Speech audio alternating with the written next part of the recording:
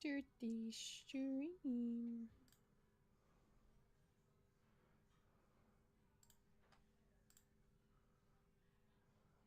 Cool.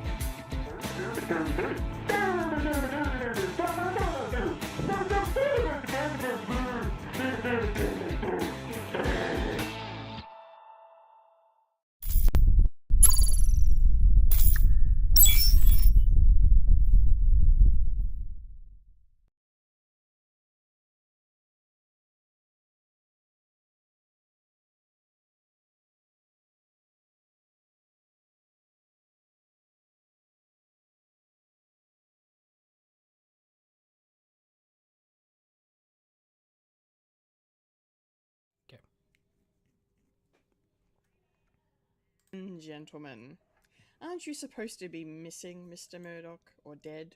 Yeah, there's a lot of that going around these days. For this is a Fred the Alien Productions podcast. Anything Aloy is meant to be dead or hardly alive?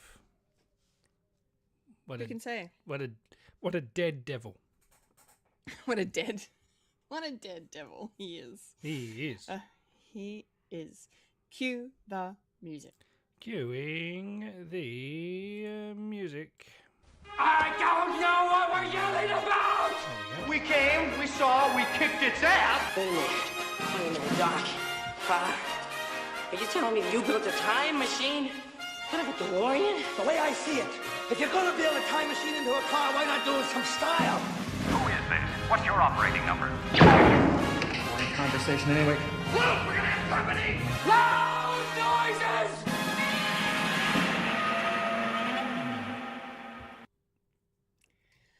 Hello.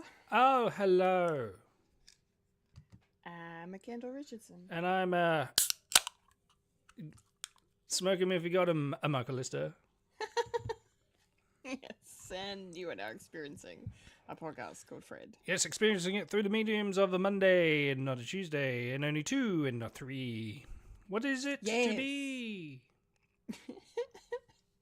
Yes, sadly, Fulya is not joining us this week, but as is the usual, she will still be a part of the show. Yes. With some notes that I will seamlessly segue into right now, because it's time for the weekly watching. Whoa. That was a huge segue. Segue. I was going to say she wasn't in a fit state to record. Yes. That's the morning. And she's asleep now. It's okay. I meant she was in New South Wales. Yeah, she was in New South Wales. A different state. A different. Oh, I get you now. Yes. Sorry. I'm also on the caffeine. So. You're on the Michael.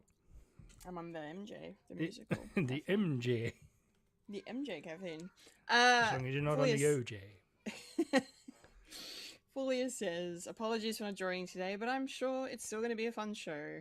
It's never That the is same to be without seen. Fulya. That is to be seen, yes.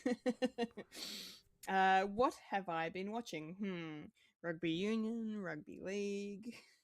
All right. Let me mention the real stuff I watched. The nerdy stuff. Yeah, that's exactly right. I like nerdy. Nerdy, let's get nerdy. One Piece, I'm at the end. I'm at episode 368. I haven't got my cheat sheet, so I don't know where that is. I'm thinking that's close to the end of Thriller Bark, maybe. She says, slowly getting back into the swing of it, still on Thriller Bark, but I think the end is near with this arc. Nice.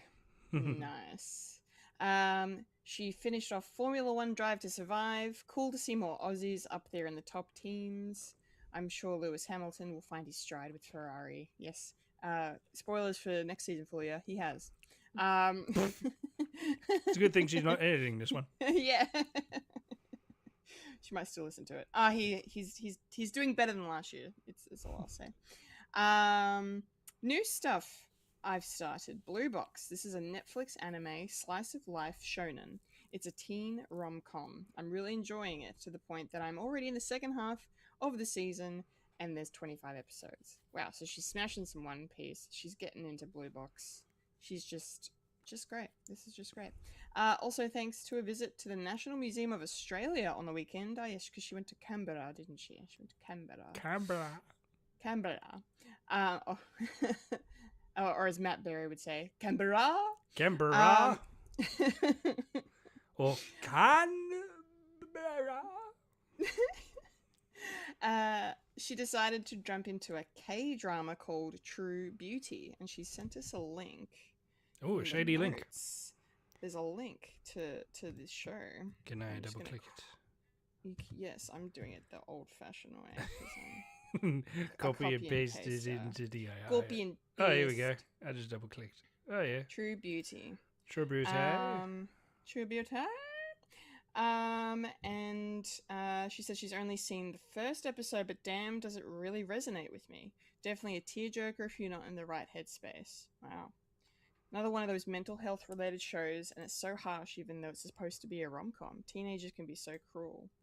Yeah, so the show is about, this is the synopsis on IMDb. After being bullied and discriminated because of her ugly looks, a high school girl transforms herself into a gorgeous goddess and quickly rises to fame after mastering the art of makeup via online tutorial videos. Interesting. Okay. Well, Fulya, you make it sound better than the description, because the description doesn't sound great.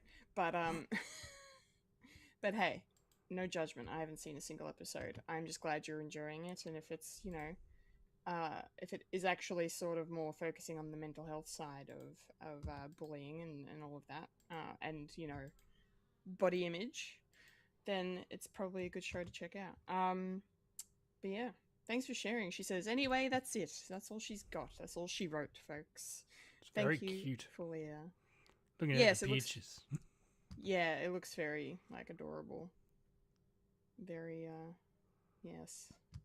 K-dramas are very... I've never really delved too much into them, you know, unless you call Squid Game a K-drama, but it's a little bit different to this. It's a romantic drama. They're not killing each other. Yet. Yet. Wonderful. Mike, Hello. hello. What have you been watching the last week? A couple of things. Yeah, jumping off on the One Piece. Yes, I've Nice. watching a lot of One Piece, doing my 5 a day. I'm like a smoker. 5 a day. And I'm up to episode 615, so a little bit ahead of Fulya. And I did the calculations. In order for me to finish the first season, I still have another 540. So, halfway. Already halfway. Sweet. Nice. Yeah. Nice. I love that you're like over 500 episodes in, and it's like, yeah, I'm about halfway. And I'm, oh, good. I'm just happy that there's more. You're just like, give me more. Yeah. May it never end. So, where I am, I'm in between arcs at the moment. I've just done an arc called Punk Hazard and going into Diorosa, that arc, if you don't know. Oh, No idea. no idea. Or even No the characters idea. are in it. Yeah, It's all a mystery to me. more mystery. And will we get there in Mystery. live action? I doubt it. I think they're going to finish Yeah. roughly in the and possibly in the time jump, and they'll just Yes, leave it there I and remember make you it saying. open ended. Yes. Yeah. So yeah, the previous one, the world government and the Marines, well, mostly Marines with the world government, have been doing some shady shit and stuff that I don't like. I don't like. It involves children. How dare they steal the children? Oh, the children. Please, someone think of the children. And we're thinking of the children, and yeah, I'm coming to terms that the anime and probably the manga, but I haven't really read that much of the manga. Only the first couple of bits at the start. They do have. There is a sort of formulaic sort of. Oh, this is going to. This is a. What do you call it? A false death, sort of thing. Fake out. Fake out death. They've been doing that a lot, but it gets me every time, which is weird. It's like, oh, maybe this time, and then it does happen. It's like, oh yeah, okay, yeah, sure. Whoops. But still, the emotion is real, and I do feel it with it, and it's good. I I would recommend going on the One Piece journey because it is a journey, and the One Piece isn't. It's the people that you meet along the way. Mm. As we Tolkien fans, it's not the destination; it's the journey, and who you take with you. The who's the fellowship that you take with you. Yes. So yes. Yeah. Otherwise, they should have taken the eagles. They should take the eagles. Fucking eagles. Fucking Never gonna hear the eagles. end of that. The fucking eagles. Yeah. Jesus Christ. But there was a fan that actually did like what would happen if they did take the eagles, but Oh yeah. but the eagles actually take the ring. What would that happen? Ooh. What would that happen? That would not be good. They would be corrupted by the ring. What would happen? It's a nice what if, and it's something that's what I like. Yes, with One Piece. Me and the wife, we like watching The Pit, but I'll talk about The Pit later. Yes. But there's also another thing on Netflix. They now have the Chucky series. Cool. 2 out of 3. They haven't got the third one up yet because I think it's legal issues or whatever. But we're not up to that bit yet. But we've done 1.5 seasons, so I'm going to talk about the first season. I kind of like it. Okay. For a continuation series.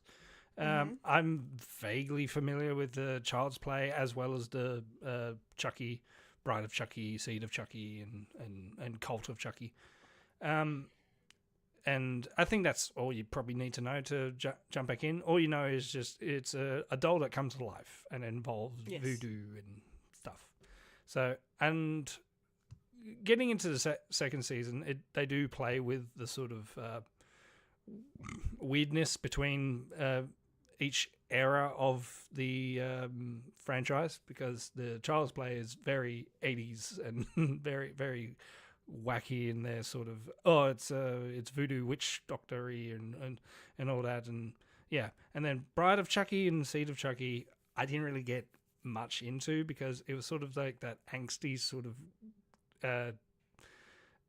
I don't know, it's a lot of Charles Manson, lot of Rob Zombie sort of stuff, where it's like, yes, this is killer. It's very tongue in cheek, and I didn't really get that much into it. I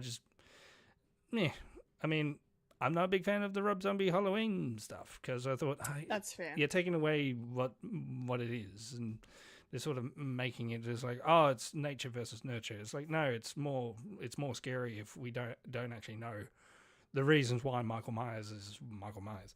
And I think Miramax sort of got their hands on some stuff on the franchise, and they sort of made it into a thing. But what's really great with the series is they sort of combine both of them in a sort of a unique way, especially with the second one, where second season, where they do play with the sort of 4/4 break sort of stuff as well. I'm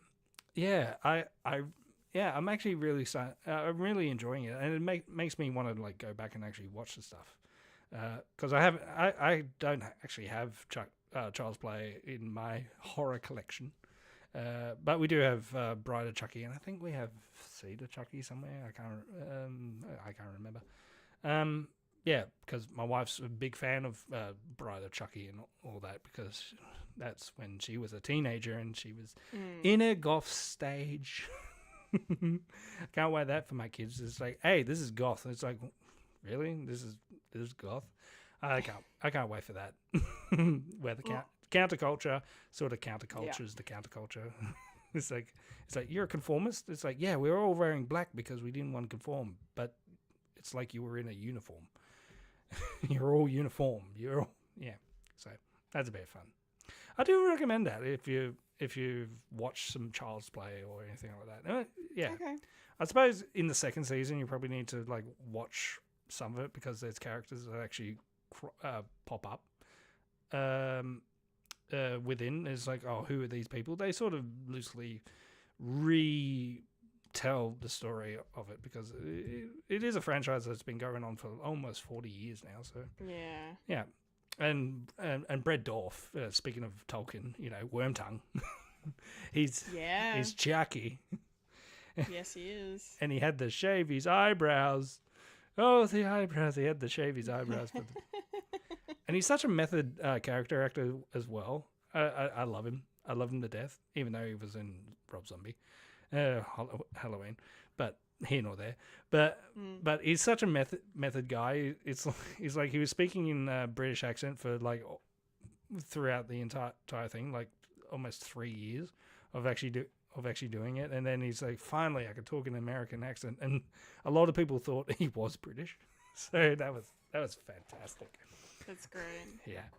And also, good segue here. His daughter is in The Pit.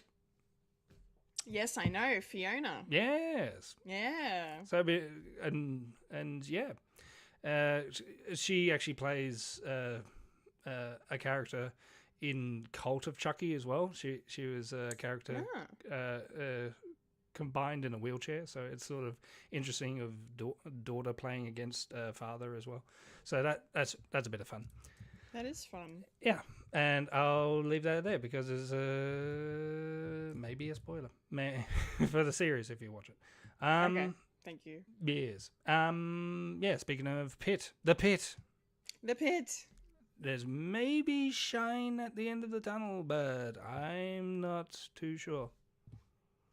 Yep. Another harrowing episode. I'm trying to remember specifics. I'll probably cut to you, Kendall. What do you think of The Pit? Just to jog my memory. No, that's okay. Yes, so The Pit, yes. Let's see what happened. I got to remember as well. I mean, Santos spoke more about what she's feeling with Langdon being back. She finally kind of fully came clean and was like, I was here for one day. He gaslit me. He made me feel like shit. And then he gets away with the crime. And then she has that funny scene with Whittaker where like he tells her that Robbie's like, I'm gonna house sit for him, and then she starts getting like all freaked out about it, and he's like, wait, you like being my roommate, don't you? And then she like refuses to admit it, and then Javadi's in the background just going, that was the best thing I've seen in forever. Like that was really funny. So that was good. Things really came to a head with Dana and Robbie as well. Holy fuck. Mum and Dad are Dana fighting. went full fucking like she was turned up to 11 this episode. Yeah, like, PTSD of because she got punched. What happened last season? Exactly. Yeah. And I don't want to say I don't blame her for actually like being equipped and ready for having essentially a loaded gun. Yeah. But still, it's full on. Yeah, it is. It's scary. And then Robbie and Dana just clashing whenever. It's like, do you want to talk about it? Okay, let's talk about it. Then bang, and then split apart. Yeah. There's still going to be more. Yeah. I reckon. It's like, there's definitely more coming. It's not, we definitely haven't seen the last of it, but it was good for them both, I think, to blow off a little steam. Like, Robbie gets to like, again, express his disdain for why Langdon's back. He's like, the guy, I should have put him in jail. Like, him and Santos are on the same page when it comes to him. And Dana's fully on, like, give the kid a chance. Like, I love that exchange where Robbie's like, who knows how many people he killed? And then Dana's like, yeah, but we do know the amount of people he saved. And it's such a... You can see the argument from both sides, and I really like the way this show is writing it in that sense, and the fact that Langdon's not trying to be holier than thou about it. He knows he fucked up. He knows what he did was wrong, but it's just the issue for, like we said last week, for Santos is like barely anyone knows. And then like Al Hashimi found out directly from Robbie, like, oh yeah, he stole from the hospital, and her reaction was like, what? Yeah. Like, That was hectic. I'm worried about that one So, because as soon as she yeah. knows, she does treat him differently, and She did. I that know will- that sucked. that will be affecting like him of it's like something's different here, and as soon as words get out, I think it's going to be more and more of a snowball effect. It's like yes, and he'll just scream or something. Or people say that probably he'll do a relapse and probably do it again, but I'm thinking Santos maybe be relapsing as well, considering she did pocketed a scalpel, and Yeah. Yeah. It's all looking like, I feel like, we talked about, what like the big sort of event in season 2 is going to be, and maybe we thought the waterside thing was going to be it, and now it really kind of feels like it's the staff themselves that are going to be the bomb that goes off, essentially. it'll be the tension.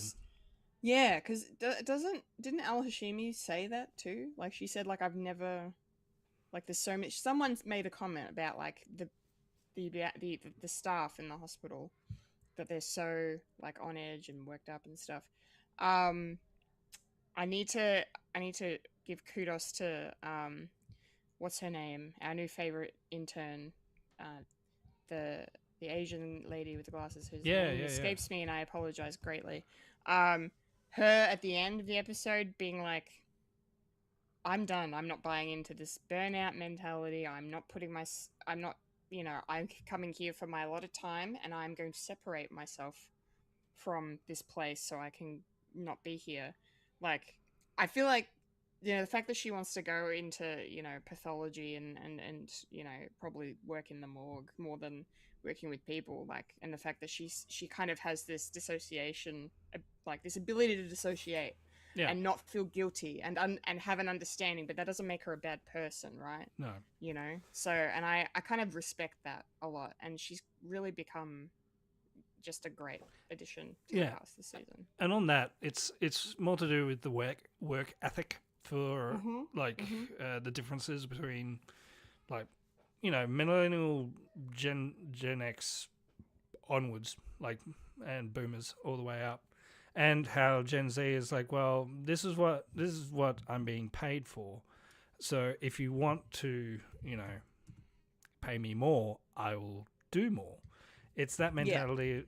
And of course the older generation will say, oh, it's entitled. It's like, no, this is what's going to change. It's more of the, like, a union mindset. It's like, we're the workers, but we're actually working to it's working to help people, yes, but you need to pay us properly, or you need to, get more people. I mean, it's not up to us to do your job. So yeah, it's more of your self-unionize your own thing.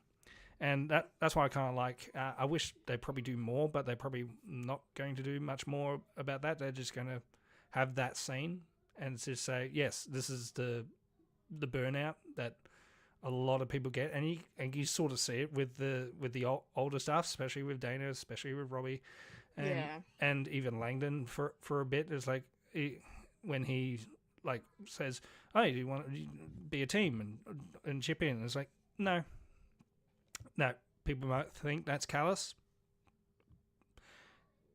If you see the writing on wall of, she's sort of learning from, like, past generations and how that affected them. It's like, I work down in the mines just to put food on the table. It's like, yeah, but you can't. But you have this power to say no.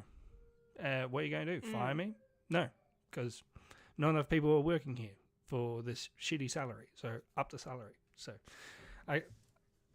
it's just one scene, but it got a hell of a scene to actually, like, delve into something that still feels today, because a lot of people were, after COVID, like, burnout. It's like, I'm done, and you can see that in medical profession, and you can see that in the teaching profession, and case in point, my sister sort of went, I want to do something else. I'm done. this can't be it. I want to do more. I want to live for my family, and yeah, which is great. All right, back to you. Sorry. Yeah, you're fine. That was the greatest segue ever. What was I gonna say? Yeah. I had a point and now I've lost it. The pit.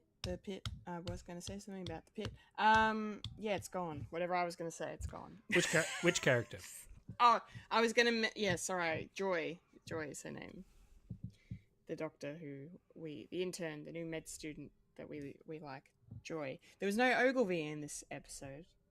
No, he's gone up. He scrubbed up upstairs. and he's helping the guy that he almost killed. Yes. Guilt. Yes. Yeah. Yeah. But no, it was a great episode. Very tense episode, and some lighthearted moments and some really heavy things, and yeah, we've only got 3 episodes left now. I'm not liking the old nurse. She was so mean to Javadi. Out of nowhere. Javadi's just standing there outside having a break, and then she's just... The old lady charge nurse is just sitting there smoking, and then she just fucking... I don't know what Javadi did to get that wrath. She just was like, You're a millennial. You're like all them other millennials. She's like, actually, I'm Gen Z. I'm like, still the same thing. I'm like, okay. All right. Go home, you boomer. Okay, boomer. Yeah, I sort of twigged funny. it. I'm probably not going to like her because she had a nice little chin wag with the ICE agent. So, Oh. Yeah, okay. I think she's one of them. No, God, I hope not. Whatever. Not. Whatever. Yes, hopefully we get an update on where Jesse is, because we get a brief mention at the beginning of the episode saying he may have been taken to a detention center. They don't know, so that's fun. Yeah, that's the thing. You're not going to know until like a couple of, probably a month. So it's a good possibility that we're probably not going to see him until next year. Until next season. Yeah. Terrible. Yeah, it sucks. Real life. But at least, real life. It's really, really real, and really, really happening. Yeah, at least the new nurse Emma is okay though, and that dickhead took cocaine and turned into an arsehole, and then when McKay tries to explain why you are, he just completely just goes off the rails. Didn't turn into an asshole. No, is an asshole. Sorry, Is an asshole. Is an asshole that took cocaine with alcohol and made this chemical happen inside. Is that really an excuse? Yeah. Oh, an aggressive asshole. Who can say? Just happened to have cocaine and alcohol. Oh, Yeah, what a coincidence. I'm gonna sue you. Yeah, Really? Shut the fuck up. Yeah, you're going to jail. Do not All right. pass go. Do not pass go. Do not collect $200. Quick sidebar. I'll just mention I've gotten back into ER in the last week. Had some time to watch a few episodes of that, and another connection between ER and the Pit. They did a mass casualty episode in ER, and it was just one episode, and it was also on a public holiday.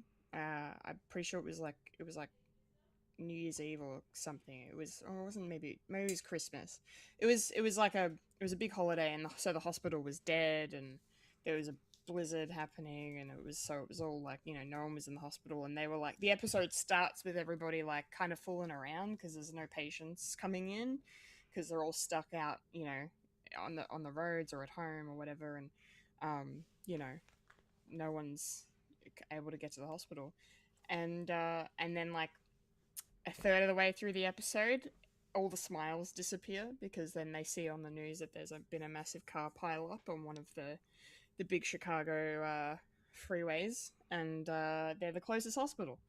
So that's coming to us. it's coming to them. So then, yeah, it was the same thing as the Pit. They didn't do a whole like, how like Robbie like goes through with everyone, be like, these are the cards, this is what this color means, this is what you do. But like, they didn't like fully run through like the Pit did, but they did mention it and say like, here's red, yellow, green, and black, like the different colors of like, what this patient is, just triaging them quickly and immediately, and that's all you can do. Yeah. And saving who you can, basically. And it was really cool to watch. And they also had another episode where, like, you know how recently on the pit, like, Javadi missed and then Ogilvy missed, more serious underlying conditions going on with their patients, and because of the tech being down and all of that stuff, and they messed up and their patient nearly died.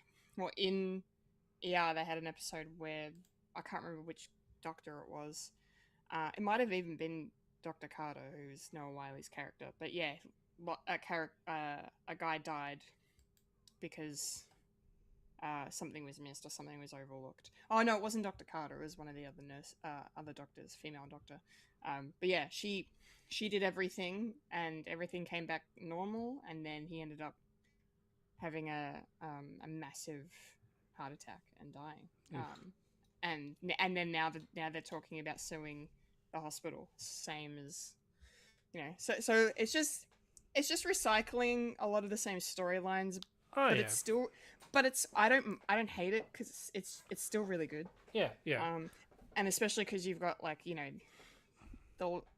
it's similar things, but it's in the lens of like the mid-90s versus current day, and the differences there and stuff. And not every character is exactly the same. And no, but they're both just really well written and performed shows. Yeah. But yeah.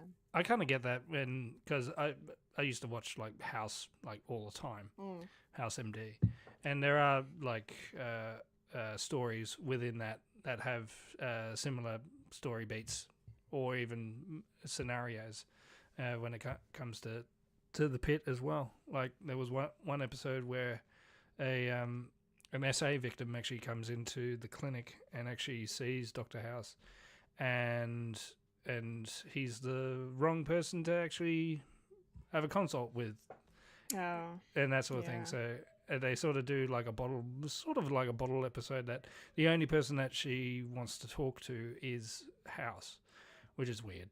And because he was like the first one to know, and he's sort of talking to her analytically, and she's saying this is what humans are, and I much prefer the pit one because it does handle it differently and a bit more sensitive as well.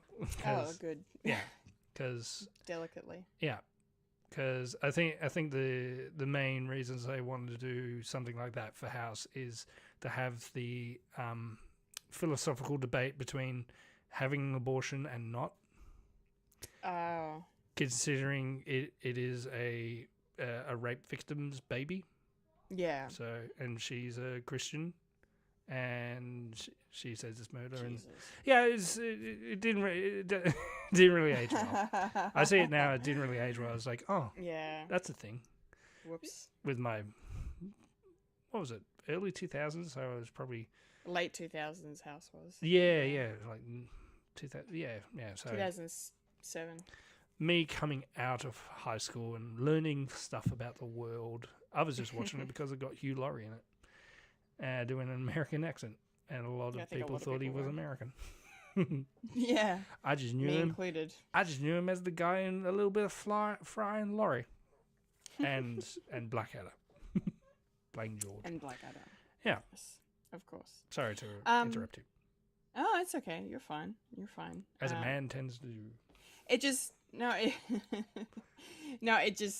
just another example of you know, good storytelling is universal. Yeah. And especially in case like the medical profession, it's interesting that certain things change and certain things don't. Yeah.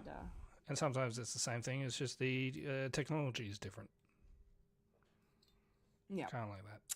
Yeah, kind of like that. One more TV show I want to mention. I caught up on Invincible. Oh, yeah, Invincible. Sorry, I forgot to write that down. That's okay. We can talk about it now. Yes, Invincible. I'm up to date. I now know why Thingo's powers are on the fritz. Eve, her powers not working. Yeah. God damn. That's speaking of baby. sensitive topics. Speaking of babies. Speaking of babies, yeah. So that's interesting. And yeah, interesting run of episodes. I really enjoyed. Like, I think you were right. I think about the first 3 episodes. Episode 2 was the highlight of the bunch. There, you know, the fact that we're spending time with, you know, Omni-Man and Seth Rogen as an alien. Paul. Paul, is it Paul? No. No, but it is some basic name like Paul or Dave or something. I think. Alan. Alan, it's Alan. Yeah, that's right. I say Paul because he does play an alien called Paul. Called Paul, correct. Yes, good shout. Yes, so that was really fun. Just like, you know, catching up with their story, and then what their plan is in terms of how do we stop the Viltrumites from, you know, taking over the galaxy, even though there's only like 50 of them left. The flashback to the like mass genocide of their people was harrowing, actually, and I wasn't feeling. Are you feeling sorry for the Viltrumites? Yeah, no, I wasn't feeling sorry for them, but at the same time, I was just like, damn, like, and then like, you know, Omni-Man himself nearly died. I'm just like, Jesus Christ. Yeah, that was crazy. That was so crazy. But then it was really cool setup to then like see, you know, how Thingamabob, voiced by Optimus Prime. I'm not good at people's names tonight. Yeah, I forgot to. You're yeah. not alone. But yeah, It's Optimus okay. Prime. Optimus Prime. Autobots. Peter Cullen, I remembered. Hey, you're doing Peter better Cullen than me. voice. Yes, I try sometimes. Peter Cullen voices, you know, Alan's mentor, who is a Viltrumite, and you know, turned out to be the betrayer, the one the Viltrumites loathe above all others, and so that makes an interesting dynamic, and then Lee Pace is doing the voice of the new Viltrumite baddie, the new Viltrumite emperor, who kind of exists in the shadows a bit for most of the episode. That's really cool. But yeah, I liked the kind of going around to different planets to try and figure out, you know, like, these are all the great adversaries I've faced over the years that if they joined with us, we could bring the Viltrumites down. And, you know, the varying degrees of success that they have doing that was a lot of fun. And then with like some kind of almost Star Trek Enterprise sort of looking crew and vessel, that was really random. Yeah, I looked up who was playing Bricard just to make sure. It's like, is that? He sounded familiar. Yeah, but it wasn't anyone from the show, was it? No. No. I thought it was probably Brett Spiner. Who played... So did I. So did I. I was like, is that Brent Spiner? That would be great. But it wasn't. But that's okay. Yeah, and then of course, yeah, back on Earth we get the, you know, the fallout from the facehugger Squidward things, and and Mark dealing with his issues there, and then, you know, episode 4. You've seen episode 4? I have, yes. Yeah, and then we, you know, side quest into the Hell. into hell essentially, and where Satan is voiced by none other than Bruce Campbell. The Deadites got him. The Deadites got him. Oh, Yeah. that was great. That was great, and fucking Clancy Brown's there as well. Yeah. Returning, I believe, as I forget his name too. See, names as the dude, the main dude. Anyway, I really love that scene. Yeah, where they're Hellboy just- without being Hellboy.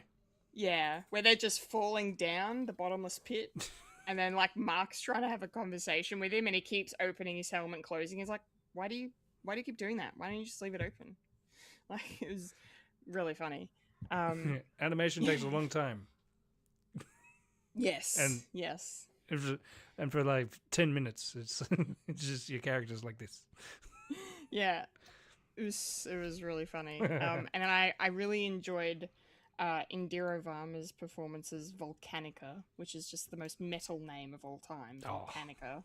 That was great. I had to look it up as well because Yeah. another thing. I was like, wait, is that Lucy Lawless? Because that would be... I thought too. Oh my god, we're like on the same wavelength. I thought it was Lucy Lawless for half a second because as well. because oh my god. I loved Ash versus Evil Dead, the TV Yes. show, and she's in Yes. that as well. It's like, Yes. oh, and it's, but she did a good job. Sounding like did. Lucy Lawless. She really, really did. Yes. Yeah. No, it was great. It was a lot of fun. And then, like, there's just so much going on in the world of Invincible. And part of me worries that they're going to have trouble linking everything up. But it looks like they're doing an okay job so far. There's just, like, because then we get, like, fucking bomb dropping of, like, Omni-Man and Alan arrived to Earth to be like, Hey. Sup? You got to join us now. All right, buddy, it's time for war. It's time for war. Yes. Jesus. So Leave your pregnant girlfriend behind. Yeah. We're halfway through the season already. Wow. Yeah. It's the only thing about Amazon Prime releases I like one caveat to getting 3 episodes up top is that in 2 weeks you're halfway through the season. Yeah. Sucks. Why can't it be like Daredevil Born Again and just have 1 episode at the start so we can savor it? Yes. Spoilers. Spoilers. No, for later. segue for spoilers. Segue for spoilers. Mike, did you have anything about Invincible you wanted to add since you missed it? But have you kind of covered everything? I've kind of covered it of people that I thought it was, but it's not. But yes, and yes, also cool to have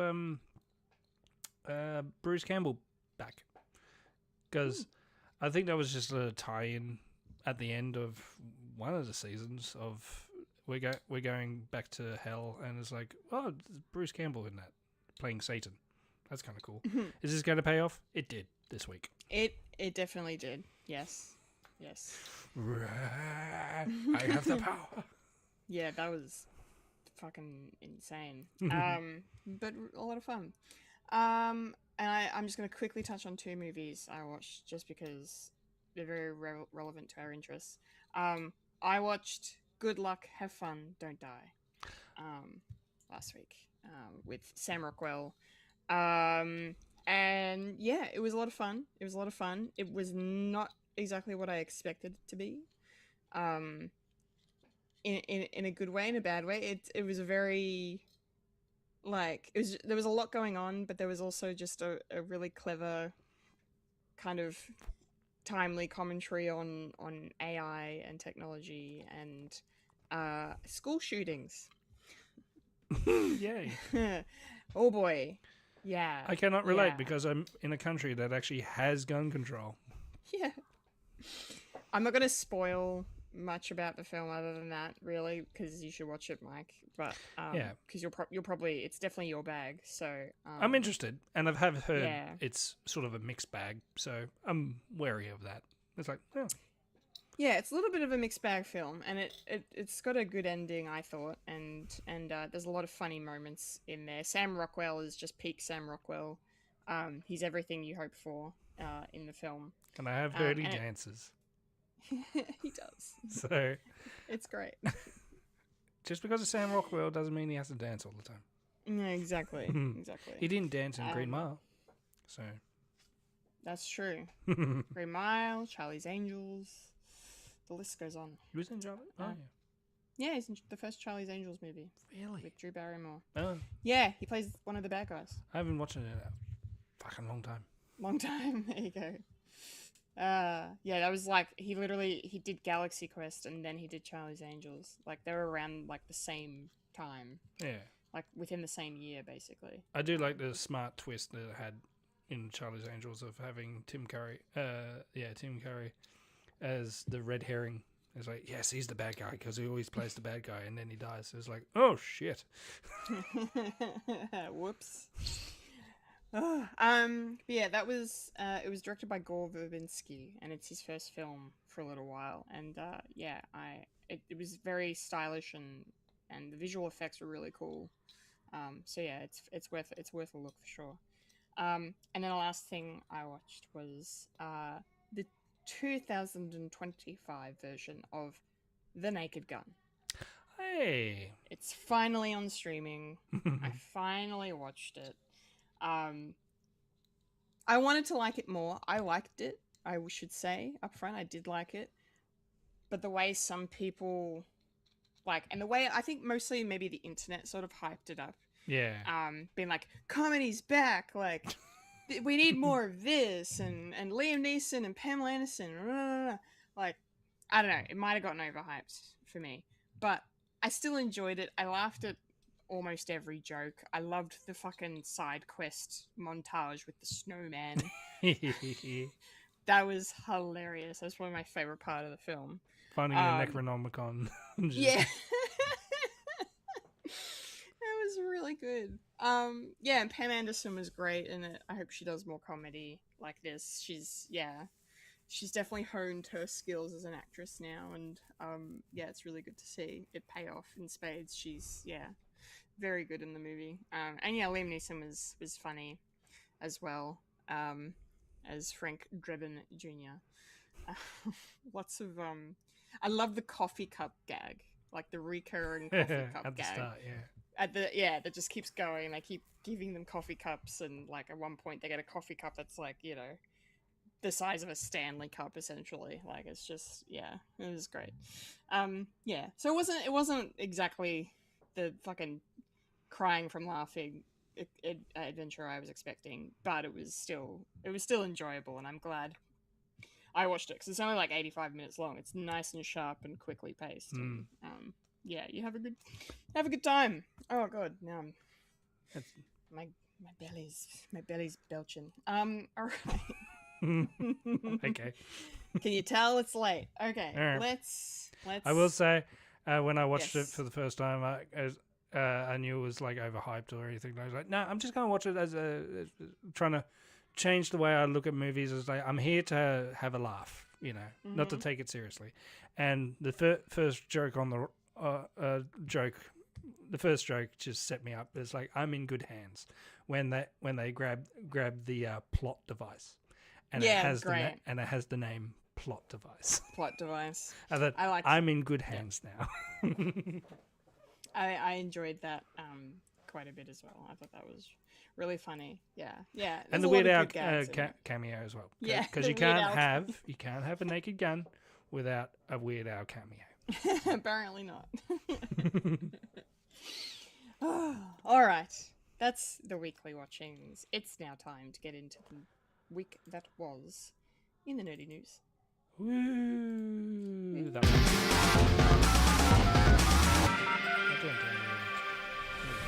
This is the news in nerdy news. The nerds that talk about the nerdy news. That is us who talk about the news that is nerdy. And now the queen of nerdydom, the hostess with mostest, Kendall Richardson. Take it away, Kendall.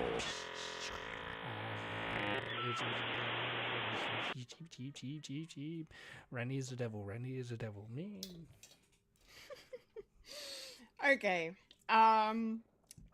Well, again, it's 2026, and what does that mean, people?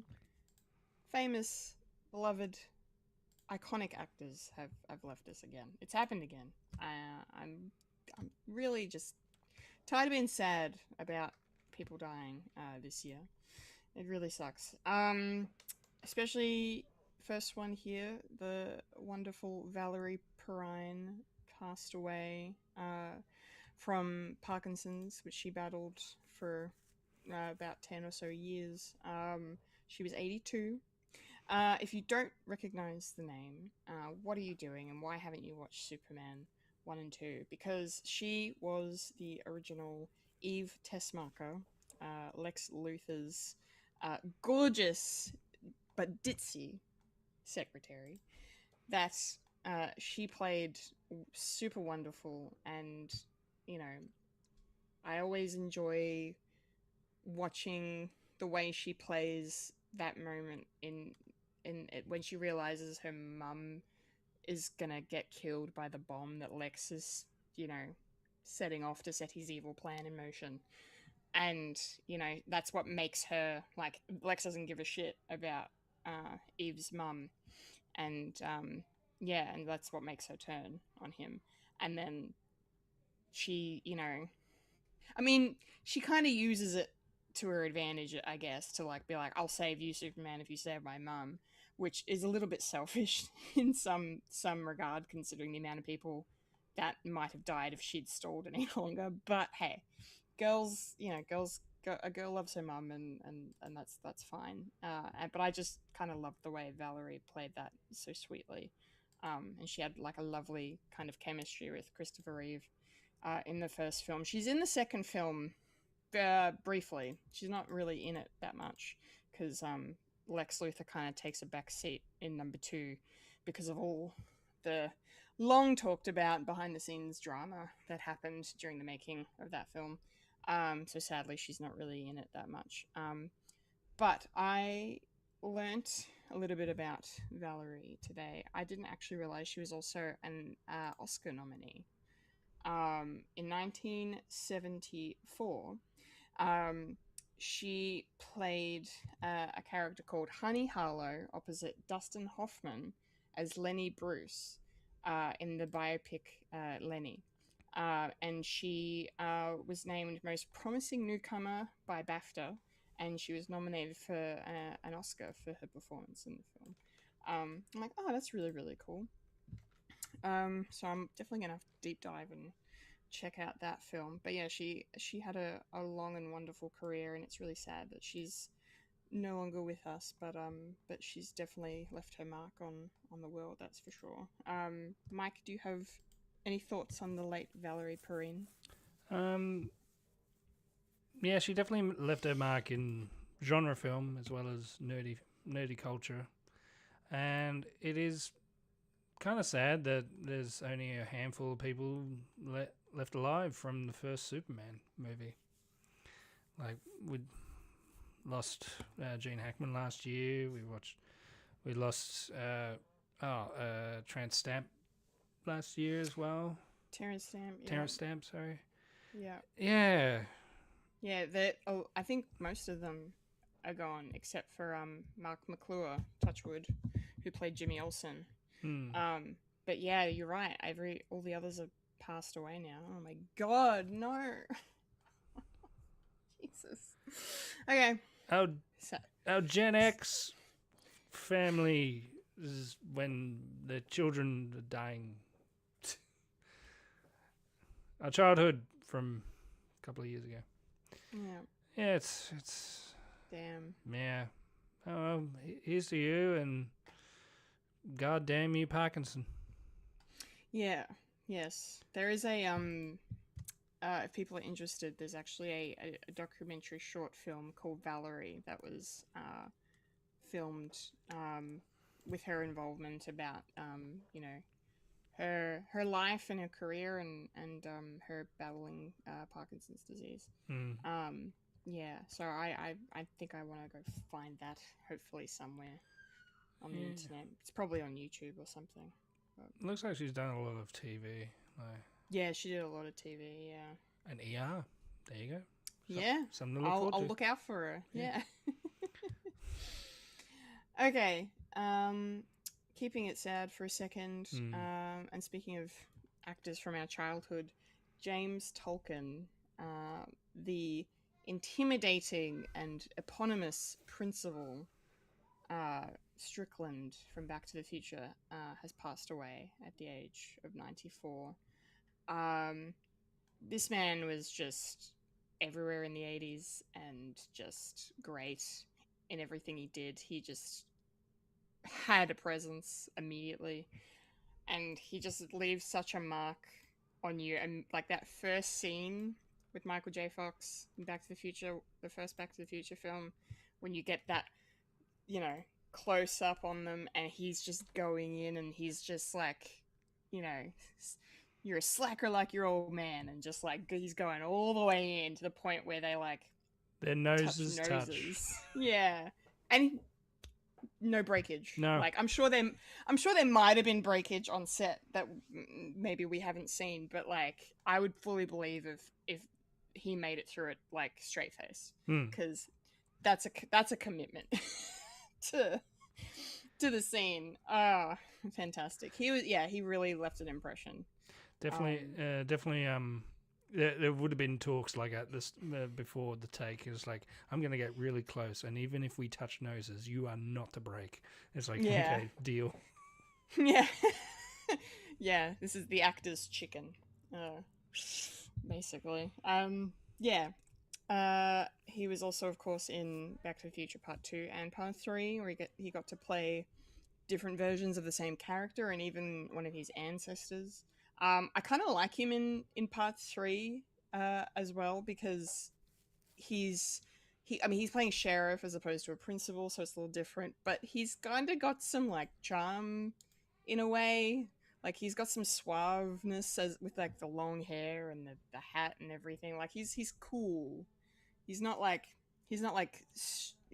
Slacker Strickland sort of, like, I don't know. He doesn't have the same vibe. So you can tell James did a good job of like playing the same guy but not playing the same guy, understanding obviously that this is the ancestor. Where did the relationship with authority come from, and the desire to be in charge came from his grandfather. Really great. And I also kind of, his one scene in Back to the Future Part 2 is hilarious, when he's when he holds up a shotgun to Marty's face, and then he fucking shoots at these kids that race by and try and shoot him. It's crazy. It is crazy shit. Slackers. Yeah, gold. He was also known for his work in Top Gun and War Games, which I forgot. He had a small part in War Games as well. So yeah, amongst many other films. But 94 is an incredible innings, and we should all be so lucky. So same age as my great grandfather. Oh wow. There you go. He's definitely going to be missed, and just like Valerie, absolutely never forgotten. Mike, do you have any additional thoughts on the late great James Tolkien to share with us? Yeah, he's forever going to be remembered as Strickland. And apparently he was in the Masters of the Universe movie. Oh, great. I'm just going down his IMDb. His IMDb, nice. IMDb. Yeah. And yeah, I still need to see War Games. It's so good. Is it good? It's very 80s. But it's... Would I believe that Matthew Broderick had edited him to save the world from the Ruskies? I mean... That's all I know. It's a little far-fetched in that, if you think of it like that, but it's the more like hilarious thing is the fact that it's just this high school hacker. It's like the first hacking film, right? Yeah. Like it's just this high school hacker gets into the fucking supercomputer at NORAD and starts playing war games with the computer, and shit just nearly hits the fan this close. Yeah, it's a fun film. I like it. Ali Sheedy's in it too. She's great. Yeah. Peter Boyle. Not Peter Boyle. No, I forget his name. Anyway, there's people in the movie I like. So, yeah, it's worth a look. It's kind of like Armageddon. Oh, fucking another guy that died not long ago. Which one? Dabney Coleman. Dabney Coleman. He's in it as well. I hope I have his name right. That's right. Dabney Coleman. So it's Dabney Coleman. I had it correct. Yeah, he was in 9 to 5. He died like 2 years ago. There you go. Yeah, you would know him if you saw him. He's got one of them faces. He really does. His prolific character actor. Nice. 9 to 5, Tootsie on Golden Pond. War Games. Yeah, he was great. Anyway, shall we move out of this sad, depressing zone? Yes. Let's talk about something Yes. good and happy. Let's talk about something good. Yes. And wonderful. And wonderful. Might we add, yes. We've got some Marvel news to I said wonderful news. discuss. Wonderful. Okay, my bad. Not sorry. marvelous news. Not marvelous news. Wonder Man has been renewed for season 2. Hell yeah. This is a complete surprise, but it's such a joy to see. Yahya Abdul-Mateen II and Sir Ben Kingsley will be reprising their roles as Simon Williams and Trevor Slattery, respectively. This is just the best. This is great. I'm pretty sure Destin Daniel Cretton is on board to come back as well as showrunner. I'm just going to confirm if we have that information. Yes, he is returning. Him and Andrew Guest. So the two showrunner / producer / directors are back on board. So yeah, so Good. Just absolute no-brainer, winning. It makes so much sense to renew this show and give it another chance. Like, you know, we're kind of expressing our desire for this when we talked about it on the podcast a couple of months ago now. Season 1 was just great. It was one of the best things the MCU's done for a long time. And hopefully this season 2 renewal means more eyes will be on it and more people will discover it and have a great time. Yeah. So this is just awesome news. Mike, how are you feeling about this? I am quite surprised as much as anyone else because this was a sleeper. And they definitely tried to hide it. There I say.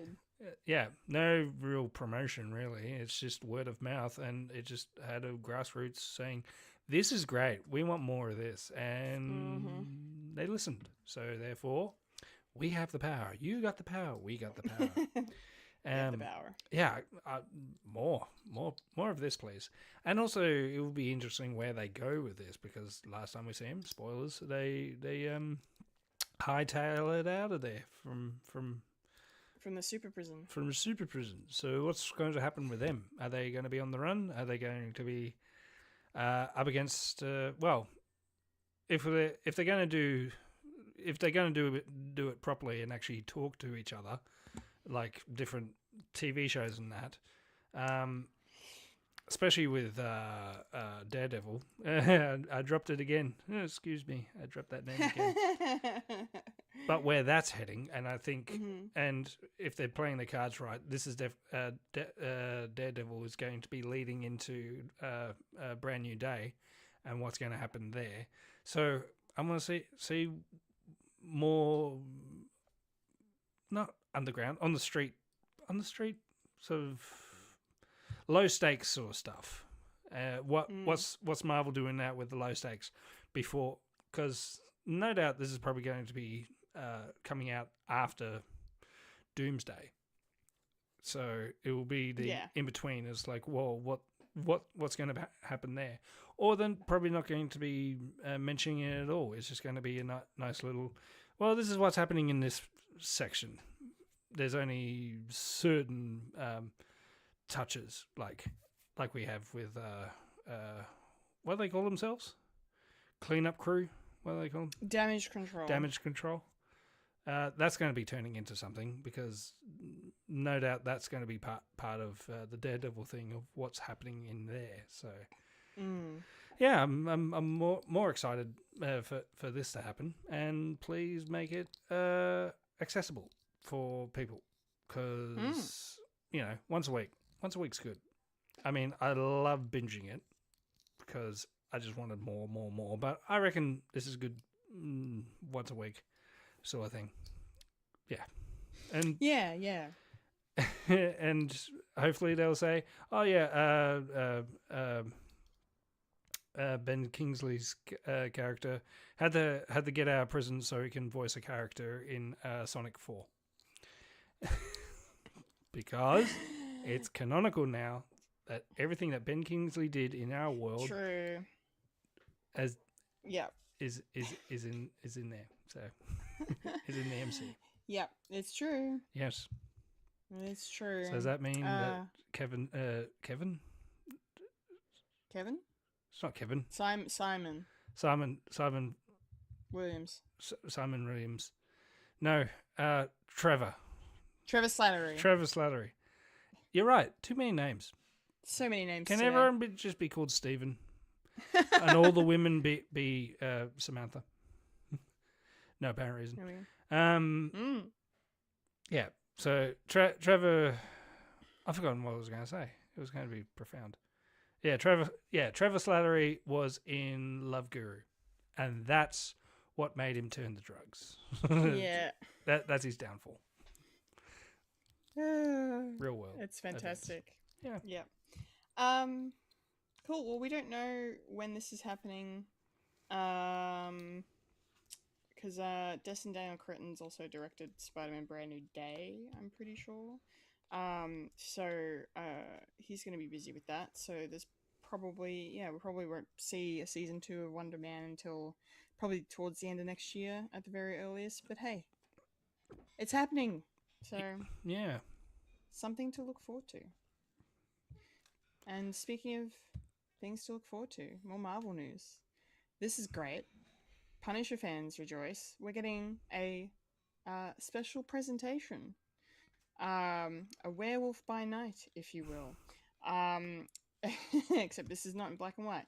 The Punisher One Last Kill is going to be a 1 hour one-off episode special starring the Punisher, of course, played brilliantly by John Bernthal. It's going to be on Disney Plus on the 12th of May, which is actually the same day as the finale of Daredevil Born Again Season 2. So that's really interesting. So we have a date now. Yes, apparently we have a date now. So they released a poster for One Last Kill. Bit unflattering, but there you go. He's a little unflattering. Frank looks very worse for wear, and he's got some facial hair going on. So, but did he remind me, Mike, and I know we're going to talk about Daredevil later, but at the end of Born Again, it's all Daredevil today. Exactly. It's great. It's a good time to be alive. Did the Punisher get taken into custody by the vigilante task force or not at the end, or did he get away from them? He did, but in the credits he escapes. He escapes in the credits. Okay, so he's probably on the run. Yeah. In this. One of the guards fangirling and they said, "Hey, come over here and let me give you a signature," and then and he got out. So yes. Frank's gone. Frank's gone. Yeah. That's pretty cool. And then we're going to see him in Spider-Man Brand New Day after that. So I wonder if there'll be any kind of connection to that movie. Maybe yes, maybe no. Who knows? Maybe we'll get another trailer then as well. But yeah, this is awesome. The first time the Punisher's got its own thing on Disney Plus. Yeah, I'm very happy for this to exist. What about you, Mike? Are you excited that we're getting a little bit more Punisher before Spider-Man? I reckon. I think that probably maybe proves, or probably not. I'd probably talk myself out of it. We're probably not going to get Frank in Born Again season 2. Maybe not. So yeah, maybe not. It would be good just to tack that on. It's like, hey, you're missing Frank? Here's Frank. Yeah, here's some Frank. And if you want more Frank, goes Brand New Day. Him and his PG goodness. No swearing here. Or killing. Not allowed killing. Yeah, it would be interesting what he's doing in there. Because, Hulk and Punisher and Spider-Man turning into a spider. Interesting. Yeah. I'm more than happy with this. I kind of like Frank Castle in in a weird debauchery way. I disapprove. I disapprove. I do disapprove of his methods. And I do disapprove, you know, people co-opting his symbol. A lot. Yeah, I know. Yeah. I hate that. Yeah. Okay. I'm putting a pin in Daredevil for now, because we have another trip to Middle Earth to make, because there's another movie coming. There's another Lord of the Rings film coming. I don't know how I feel about it, but we're gonna get into it. Yeah. It's it's gonna be called The Lord of the Rings: Shadow of the Past, and if memory serves, Shadow of the Past is actually the title of Chapter 1 of Fellowship of the Ring. And it's also the title of Episode 1 of The Rings of Power, which is also kind of funny. So the cool thing about this, though, I will say, is that it's good to see Stephen Colbert has some good work lined up after his tenure runs out on late night television. Much to the dismay of everybody except he who must not be named.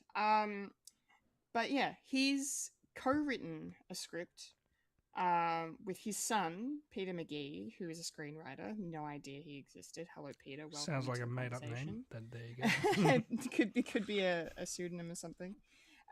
Pete McGee. Pete McGee. Pete McGee is on vacation. It's also going to be co-written by Philippa Boyens, who of course has worked on all of the Lord of the Rings and Hobbit films with Peter Jackson. Peter Jackson is going to be producing this film. Apparently Shadow of the Past is a working title. I'm reading now. Okay, all right, may not be the official title. So Blue we'll Harvest. put a pin in that. We'll put it, Blue Harvest. Yeah. So it's really, really interesting this is happening, especially because of the story they're going to be telling, and I will say I'm more excited for this than Hunt for Gollum, or mostly just because it sounds a bit different, but at the same time, it just all seems like they're trying to make so much out of so little. Mountain over molehill. Yes, a little bit. The description reads, so it's going to be set 14 years after Frodo leaves Middle Earth. You know, at the 300th ending of Return of the King, when he gets on the boat and goes away with Elrond and Galadriel and Celeborn to go to Valinor. 14 years after that, we see Sam, Merry, and Pippin set out to retrace the first steps of their adventure. And meanwhile, Sam's daughter Eleanor, and that is canon, he did have a daughter named Eleanor, has discovered a long-buried secret and is determined to uncover why the War of the Ring was very nearly lost before it even began. A little bit ominous. But, you know, we're going to go back to the Shire for a bit. I'm glad to see that we're going to sort of have a female lead, maybe, for this film in Eleanor. No word on who she will be, like which actress is going to play her yet. We're way early on that kind of news. They haven't really said if you know, if any of the original Hobbit cast, Lord of the Rings cast, will be returning for this one. Potentially. I guess we'll see how well the Hunt for Gollum goes in terms of what they do with de-aging and makeup effects and technology to make, you know, actors look eternal and immortal that aren't playing immortal characters, which is funny to me. But yeah, the other thing about this is that, so there was a little video that was also put out with Peter Jackson talking to Stephen Colbert, and they kind of go on to say, like, Colbert says, he said, this is his quote, he says, "The thing I found myself reading over and over again were the 6 chapters early on in the Fellowship of the Ring that y'all, Mr. America, y'all never developed into the first movie back in the day." It's basically the chapter 3's company through Fog on the Barrow Downs. And then I thought, oh wait, maybe that could be its own story that could fit into a larger story. Could we make something that was completely faithful to the books while also being completely faithful to the movies that you guys had already made? So yeah. So, and I'm glad I've read more into this now, because when I was seeing the initial reports on what this was going to be, part of me saw like it's about Sam's daughter Eleanor and it's set in the future, and then I saw it's also about the Fellowship of the Ring chapters that Peter Jackson never adapted. I'm like, what is it? Oh, somehow it's both. The two are coexisting in this film. I'm so curious and so interested to see what this is going to turn out to be. I just hope it's really good. I'm sure Stephen Colbert is just having the time of his life writing a Lord of the Rings movie, because as everybody, I'm sure everyone is aware, he is one of the biggest Tolkien fans in like ever. And every time he has like an actor from like Rings of Power or the Lord of the Rings films on his show, it's just the best thing. Like one of my favorite Colbert interviews is when he has Billy Boyd and Dominic Monaghan on. If you haven't seen it, look it up. It's very funny. Yeah, it's great. Oh, and Liv Tyler as well. He gets Liv Tyler to recite the elven chant that she does when she's trying to save Frodo from the Nazgul in the movie. It's pretty great. Yeah. So I don't know. It'll be cool to see, you know, these chapters are where Tom Bombadil comes into in the Fellowship, you know, and the, you know, the stuff at the Barrow Downs as well with the Barrow Wights. Rings of Power recently again adapted the Barrow Wights into their story. Sure. Even though, yeah, some argue the timeline of that is a little bit off. Whatever. It's nice to watch fan fiction sometimes. I mean, yeah. Look, if anything, I would give Rings of Power some credit for having the balls to do something completely different to what Peter Jackson is doing in terms of like, I'm just going to keep mining the same stories for things. I mean, I know Rings of Power is like, yeah, we can do specific events that I mentioned in the appendices, but then we have to kind of make up everything else around it. And I get why people don't like that, but at least they're doing shit that we haven't seen before anyway.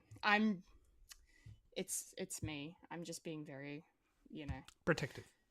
I'm being very protective of my baby. But it's okay. It's okay. More Lord of the Rings, the better. I'm looking forward to this. I'm going to watch it regardless, and I can't wait for Stephen Colbert to have his moment in Middle-earth. And to share that with his son is really special as well. So, all right, I'm done. Mike, I would really love to know what you think about all this, given you do enjoy Tolkien as well. I do. Yeah, what are your thoughts on this movie announcement and the sound of its story? And have you read Fellowship, and do you know a bit about these chapters that Colbert's referring to? I know that Tom Bombadil does turn up before Huckleberry Ferry. Huckleberry Ferry. Huckleberry Ferry.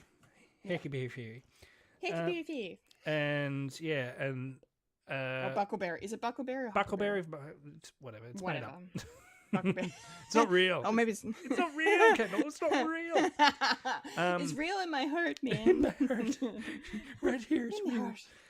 Yeah, so it would be good to go back and actually reintroduce, because they were trying to get Tom Bombadil in because he's a favorite of people's, but it didn't work story wise because it was a huge detour and it is and not big really detour. part of it. So yeah, if you could potentially like reintroduce and also say he was part of the story, but we don't know about him and stuff like that. And I think it's quite interesting that it was this would take place like 15 years after, but it could take place like, I don't know, 20 years after, because I know my trivia for the Lord of the Rings movies, and you can get Sean Astin back to play an older Samwise, and you can get his daughter Eleanor, who actually was his daughter, Ellie That's Astin. right. And yeah. and I was having a look. It's like, what does she do, or is she just has only one acting credit, and it was her as a 3-year-old child, something like that. She's done more than that. She's actually quite a substantial actress herself. She's been in she's been in the morning show, the Apple Plus show. Oh. Yeah, Ali, ALI. ALI. Ali Aston. Ali Aston.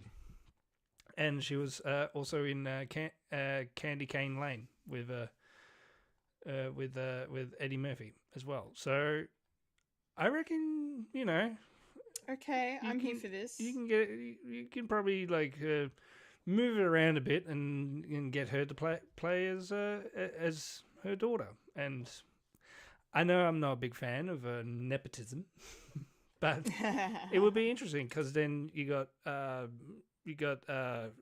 Sean Astin having daughter and father, and you've also got Stephen Colbert who's writing it with his son, son and daughter. Yeah, okay, that's very, nice. very nice. And also, Peter Jackson sort of did something similar, having his daughter in Lord of the Rings as a little hobbit girl listening to Bilbo about the trolls in Fellowship, and as well as she also plays Bilbo's mum in the Hobbit movies when they're doing the flashback. Oh, yeah, okay. Yeah, so I didn't know that. That's cool. So she can come back for something. I don't know. So yeah, I'm more for this than Hunting for Gollum, even though it's got Andy Serkis doing his thing. It's like, we need more Gollum. And when that comes out, I can't remember when,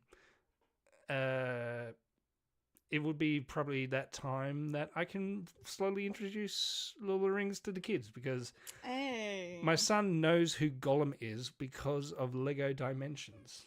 So Lego Dimensions is such a good gateway drug into nerdy crap. Because he knows about Lord of the Rings.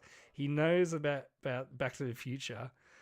I'm trying to get him to watch E.T., but I think it's a little bit scary. A little bit. And who knows? Maybe Goonies. I don't know. I didn't really have Goonies growing up, so I watched it. I love Goonies. I watched it way too late. It was like, I kind of get it, but it's kind of dumb. But it, spend my disbelief, and getting the band back together for this. I'm interested in the in these sort of the Lord of the Rings sort of appendices sort of in putting them like willy-nilly, and they don't have to be like part of like the big thing. Just little stories like you can do Hunting for Gollum, and you can do this one. Maybe do something, a prequel sort of thing within the Third Age, But as soon as Rings of Power finishes up, then you could probably do it. Yeah. And when will that be? Hopefully this year. Anyway. No, we're not manifesting. Yes. That we're manifesting. This show gets its 5 seasons. I want my dirty 2 more seasons. My dirty grey wizard as not Gandalf. I want him as the other guy. Yes. Christopher Lee. He looks more like Christopher Lee than he does Sir Ian McKellen. Anyway. Yes, this is true. All right. Well, I'm glad you're on board for this as well. That is wonderful to hear. Speaking of things we're on board for, we've got one last bit of news to discuss, and that is Super Mario Galaxy movie related, because we're almost at that time. Almost. For it to come out. I've bought my tickets. Have you? No, I haven't bought my tickets yet. Boo. Boo. Everyone gets to boo you. Boo. Everyone... but we got another casting announcement with a hilarious video on his Instagram page. Glenn Powell announced to the world, I'm like so happy, that he's going to be voicing Fox McCloud. I only Super sigh Mario and Galaxy. huff because I wanted it to be a surprise. Yeah, I don't know why they felt the need to, like, especially with the cast already stacked as it is, and, you know, they were all in Japan over the weekend at the F1 promoting the movie and stuff, and I think the premiere sort of happened as well. The premiere as well, yeah. It would have been nice to have this revealed in the film, because I don't think we knew that Fox McCloud was even going to be in this, because historically, this character does not mingle with the Mario crew. Is that correct? Only in Smash. So therefore, Only in Smash. a Smash movie is more coming. likely to be on the cards. Yes. Please let that happen. Yes, Mike's excited. Yes, I'm excited simply because I like Glenn Powell. He's alright. He's pretty good. I know some people are a bit meh on him, but I think he's great. I did like him in Running Man. I say that.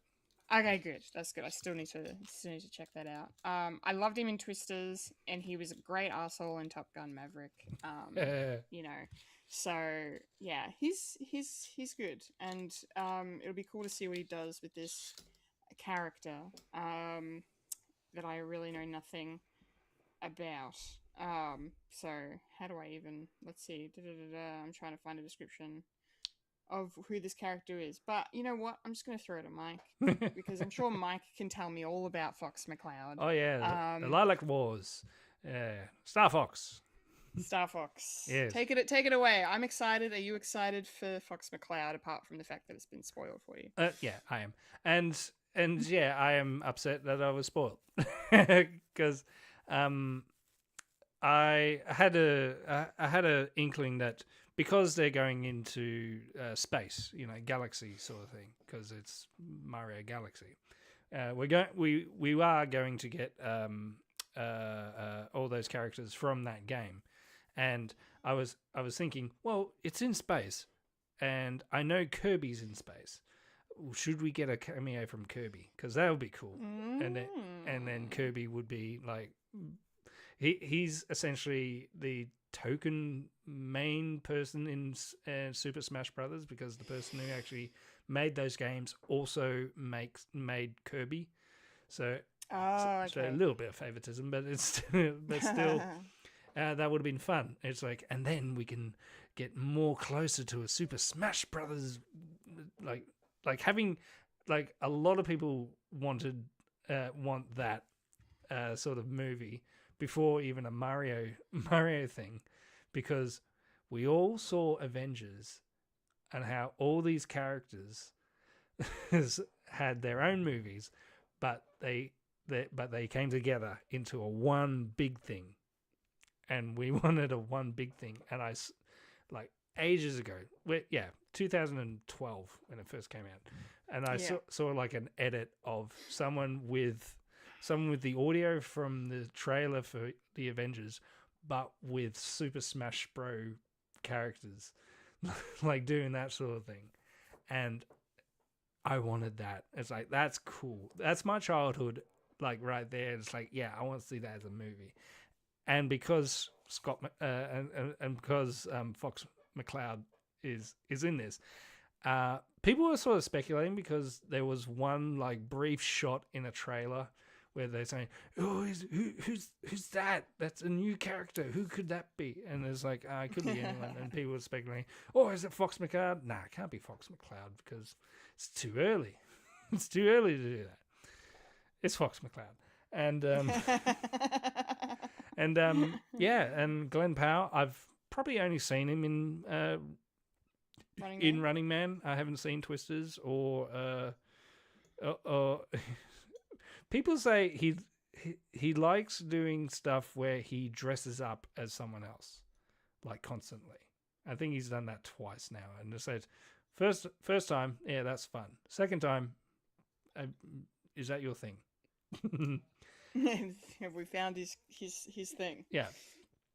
Like, it was doing a Mrs. Doubt. It's sort of like a Mrs. Doubtfire, but he's a football player. I don't know. Oh yeah, Chad Powers. Yeah, that one. And doesn't he play like a con man or something that has different disguises? Hitman. Yes. Yeah. So he's got a thing. So I'm happy to do that because I can see him. I can hear him like do that sort of justice. Does that mean we're going to get more people? Because we're going to get Spiro, and we're going to get more people from that section. That will be interesting, and how they're going to tie that in, because it sort of makes sense. Like, this is going to be like the Donkey Kong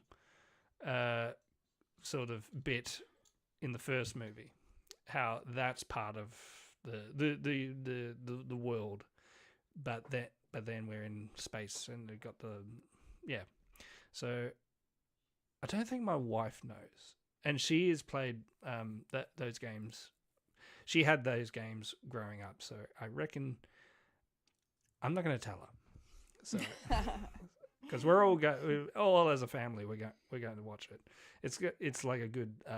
It's the end of school, so we're just going to pop up and go and watch as a family. And I reckon my wife is probably going to squeal. It's like, oh, Fox McCloud. It's going to be awesome.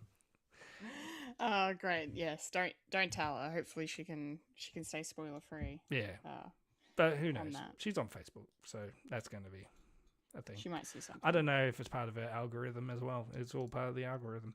Anyway, we're done. Excellent. That's the nerdy news, which means it's time. Oh, we can probably skip Trailer Park, can't we? It's going to be late. It's almost 2 hours. Yeah. It's only been an hour and a half. It's okay. Okay. We'll have a speed run Trailer Park. We'll have a quickie trailer pick, and cue trailer park. Rolling up to the trailer park where we all park all the trailers. Yeah. Okay. Here we are, folks. Is it okay? Is it okay? I don't know. Remains to be seen. Our first trailer is, of course, our first look at the upcoming Harry Potter HBO Max series, which they are calling, for the time being, Harry Potter and the Philosopher's Stone, given that the first season plans to cover the events of the first book. I'm a little underwhelmed. Good. By this trailer. Yes. I thought you'd appreciate hearing that. I'm not completely sold on this. The only parts I found interesting were the parts that seemed different, because a lot of this feels like a copy and paste job from the films. I feel like, I like the fact that they've clearly gone out of their way to make it a period piece and make it set in the 90s like the books are, and all of that. I can appreciate that, but at the same time, that has also put them in a corner of, now we just look like AI versions of fucking the original films from 25 years ago. So yeah, I don't know, I feel like it's too close to the bone to the original series. The logo is barely different as well. They didn't really change the logo either, with the like lightning bolt in the name and everything. And I get it, you have an IP, you have a brand, and Harry still looks pretty book accurate to me. Like, they even show the scene where Petunia chops up his hair. That I don't believe that was ever in the film, so that gave me like okay, that's a tick, and we got our first glimpse of John Lithgow as Dumbledore. No dialogue from him, but you know, he looks cool. He looks cool. McGonagall looks cool.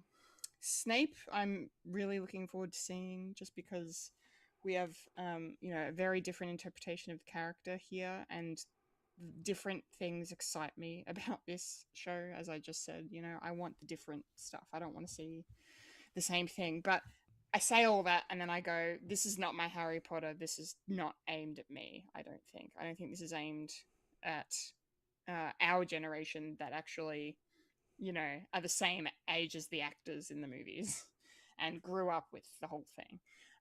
This is for the new generation to get into it, and that's fine. And fuck everybody that threatened to kill Papa Asidu for playing Snape. Fuck you. Yeah. Like, actually, fuck you. Regardless of how you feel about this show and your thoughts on She Who Must Not Be Named, you cannot threaten to kill someone over a fictional fucking character. I'm sorry. Actually, I'm not sorry. You can't. You just can't. You just absolutely can't. And I'm disgusted. That was the one thing out of this whole thing from this week that really just got me. It was just like, this poor guy has gotten the opportunity of a lifetime, right? And it's turned into a living nightmare for him, and it's just awful. So anyway, had to touch on that briefly. But yeah, apart from that, yeah, it's just, I don't know, like, I liked the scene with Ron and Hermione in the train at the end, and Ron's like, "Are you really Harry Potter?" And the whole like thing he does, like, that's cute, that's fun. I can't remember if there's any herbology in the first book, because there's a shot of the herbology class in here, and that, I feel like that was only in second year, but anyway, that's maybe me just nitpicking. Nick Frost as Hagrid gets a lot of screen time in this trailer. He's fine, but as we kind of said when the first images of him came out, like, it's a copy and paste job, you know. He looks very similar to Robbie Coltrane, but I don't know if that's just book accuracy in terms of the interpretation of the character and the way he looks. I mean, he looks great. That's not to say he doesn't look great. But yeah, it's going to take some getting used to seeing him in the role. But, you know, after this trailer, I'm honestly not sure how much of it I'm going to watch, because I really don't think this is for me. And the trailer didn't really do much for me. So I'm hoping with the second trailer, maybe we get to see a bit more. You know, there was no Professor Quirrell in this trailer. You know, barely any Malfoy action there was no Quidditch really. There's like, we see Harry walking towards the Quidditch pitch at one point, but that's about it. So they're teasing a lot of stuff. So it's a good teaser trailer. I'll give them that. It's a good teaser trailer, but I don't know. I'm not sold, HBO. I'm not sold. Anyway, the whole thing's problematic. Mike. Speaking of problematic, me. Speaking of problematic, hello. I'm really curious for your thoughts on this, and feel free to say as much or as little as you want. I do not mind. This is your time. Have at it. Yes. First off, I'm not interested in watching this, and I've said my piece on that. Watching this, yes, it does feel like carbon copy, because you need to keep the IP alive, because essentially this is to brand recognition for people to continue to buy robes and wands and keep it alive. But I think the damage has been done, and people aren't really looking forward to this. I mean, we are the older generation of this franchise who grew up with, and I'm speaking for myself. It definitely is part of my life. It got me to read anything, and it's like one of the first universes that we got into and just enjoyed. Having said that, I am a 37-year-old man. It is not for me. It's for the new generation. My kids are aware of Lord of the Rings, and I I do not encourage it because I don't know what sort of people they're going to become and who their friends are going to be. They could be part of the queer community. I don't know, and so therefore I'm just going to play it safe and say, well, it's probably not for us. You know, we can be aware of it, but we don't need to take part. Having said that, watching this trailer, it just looks like a weird copy. It's too soon to do like a genuine remake. Yeah. I think because Fantastic Beasts sort of didn't go anywhere after three films, and it just didn't really capture people's worthwhile things because of who was in it and unfortunately, and what were they trying to focus on? They were focusing on like another bit, but they thought, well, people like Dumbledore, so maybe we do that. It was just a mixed bag, and no one really turned up. Yeah, they couldn't decide which direction to really take it in, and then while not just who was in it was the problem. That's when those movies were coming out. That's when everyone, a certain someone revealed their true colors. Basically, it was when those movies were going on. So yeah, it's just makes it hard. Yeah, and just certain characters like fell beyond the wayside, and it's like, well, maybe we should whatever. Yeah, it's something that I'm not going to watch. My Christmas will be busy with other stuff like Doctor Who. Yeah, Doctor Who. Doctor Who. It's great to have Doctor Who because everyone has written that. All specs of life. People that we don't reference anymore because they do have problematic stuff. But there's also other stuff as well. That's what's great about Doctor Who. It's a mixed bag. It's not just one person. No. Yeah. I will say the problem of I am not part of people saying poo-poo for race mixing or race swapping. It could have been. It's more interesting for Hermione to be a person of color because her character, her character journey of being an outcast already, of being a Muggle, and having that sort of retribution that she does get from Malfoy and that, and she would be also part of the Muggle world as well, which is also there's already a target on your back for being a person of color, especially in the UK. So having that sort of dynamic would be interesting. Having Snape, I understand you can sort of do the same thing because spoilers for I don't care. He's a bad guy, but not a bad guy. He had good intentions, but he was still like a piece of shit. Having that hung around, it's interesting, but then you realize certain aspects would not work. James Potter traumatized him, like went after him as a kid, and I've been seeing a lot of people sort of tongue in cheek, but making fun of James sort of hung up Snape in a tree. Do you really want to do that with a black man hanged up in a tree?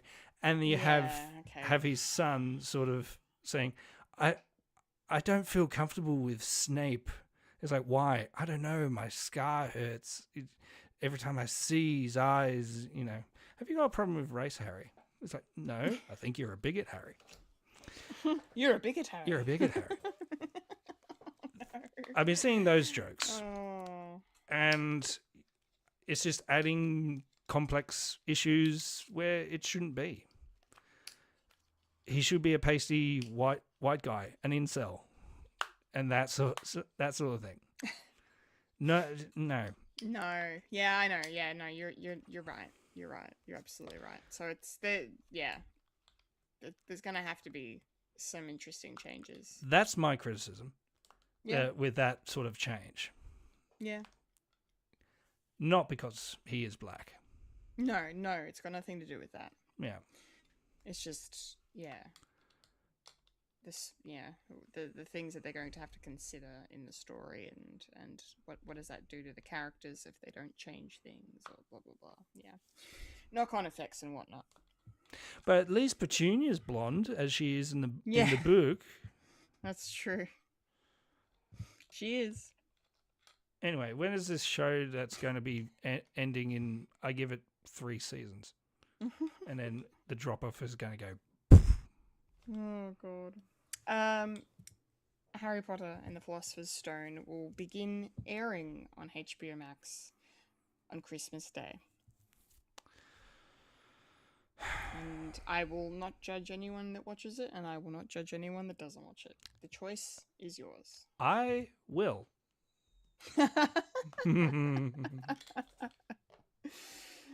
I will judge you from afar and not say anything. I'm just going to look at you. Yeah. Cue some episodes in the future where Mike just stares at Fulya and me because we checked out the Harry Potter show. First episode. At least we're not going to be around for Christmas. To see. Yeah.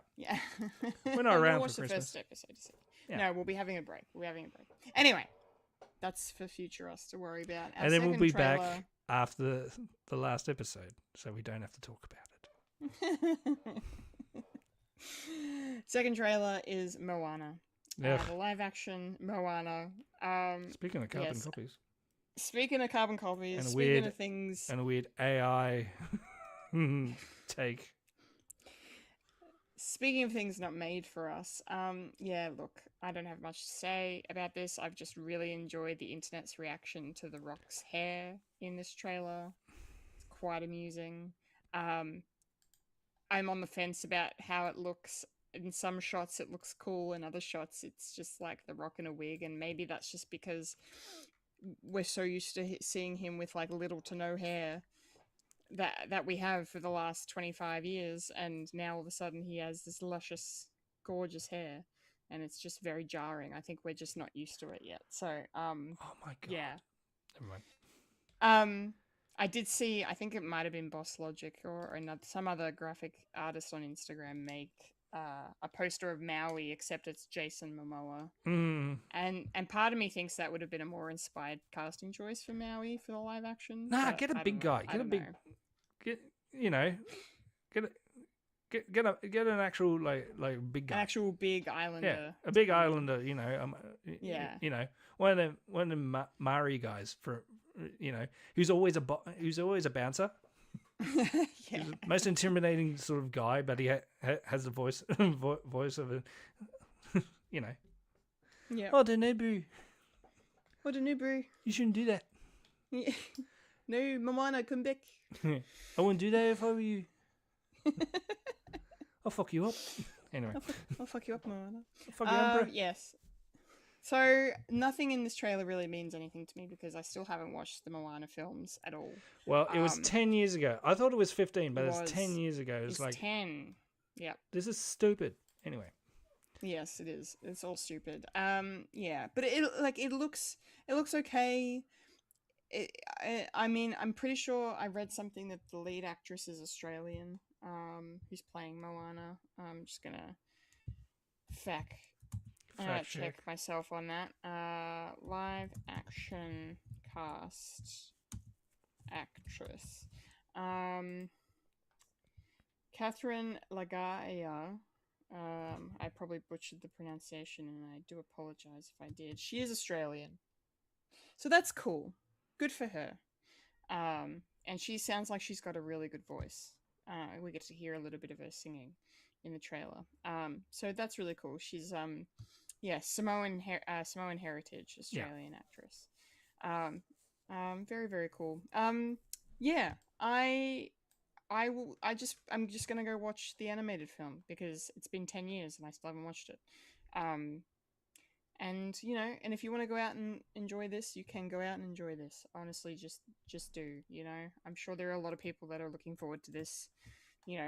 Seeing The Rock actually play the character he voiced, and but the part of this movie also feels it maybe like it's Lion King cursed a little because a lot of the CGI visual effects look very animated, if that makes sense. Like parts of the movie look almost like a live action animation hybrid thing, like a Who Framed Roger Rabbit situation.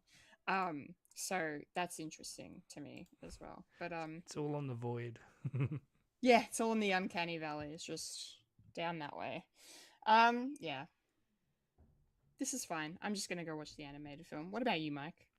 Well, I'm at the moment seeing all these like big guys doing cosplay as Maui.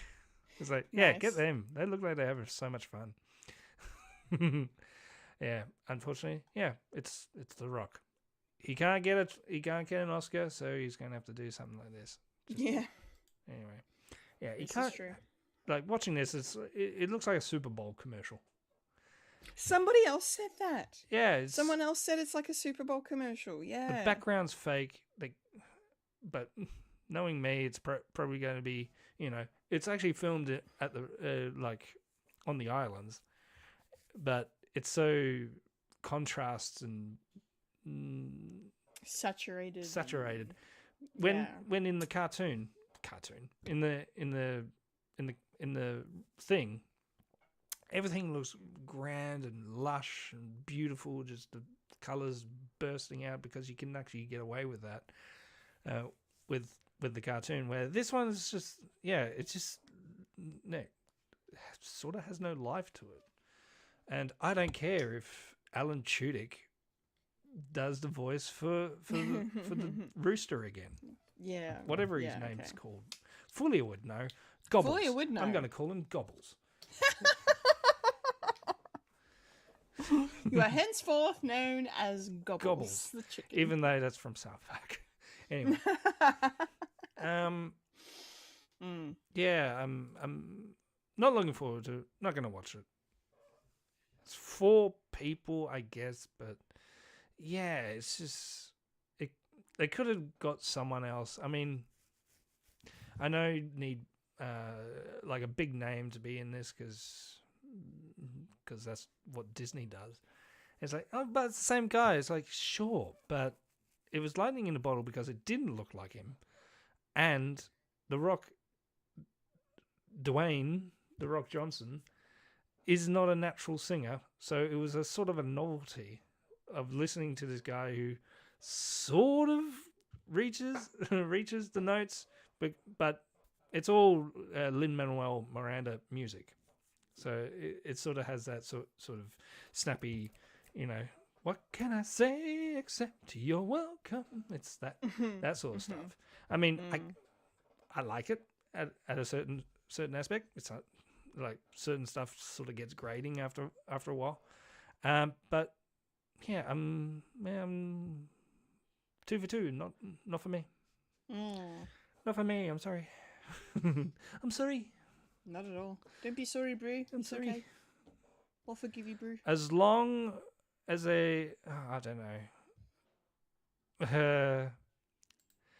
Jamae from Flight of the Conchords, he plays a character in this. I hope they just recast him just to play him, because you can, I guess. Why not? Yeah. Why not? Hey, that's what the chicken's fucking. Oh name yeah, is. hey. Yeah, okay. Yeah, I remember Fulya Yeah, saying whatever. that now. That's It's just Alan you'll always Tudyk. be Gobbles. Oh, Yeah, I watched Firefly the other day. Nah, I didn't. I hovered over it for about 5 seconds. Nah.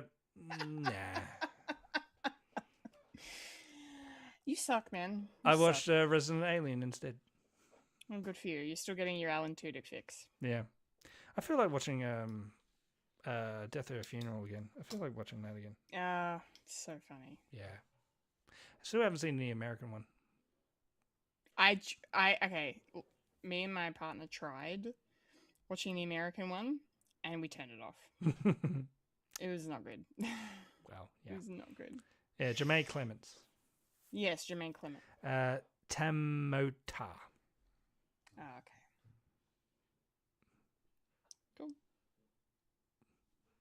You'll know it's him when you watch the cartoon.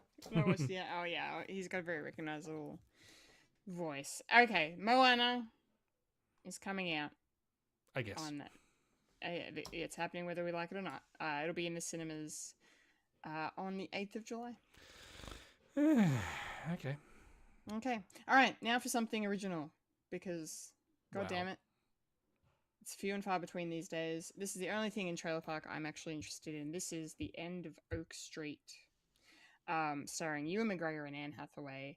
And I have no idea what the fuck's going on, except there are dinosaurs, and their entire street has been relocated somewhere else, and I'm guessing it's somehow fallen through the space-time continuum to land in the Jurassic period or some shit like that. I don't know.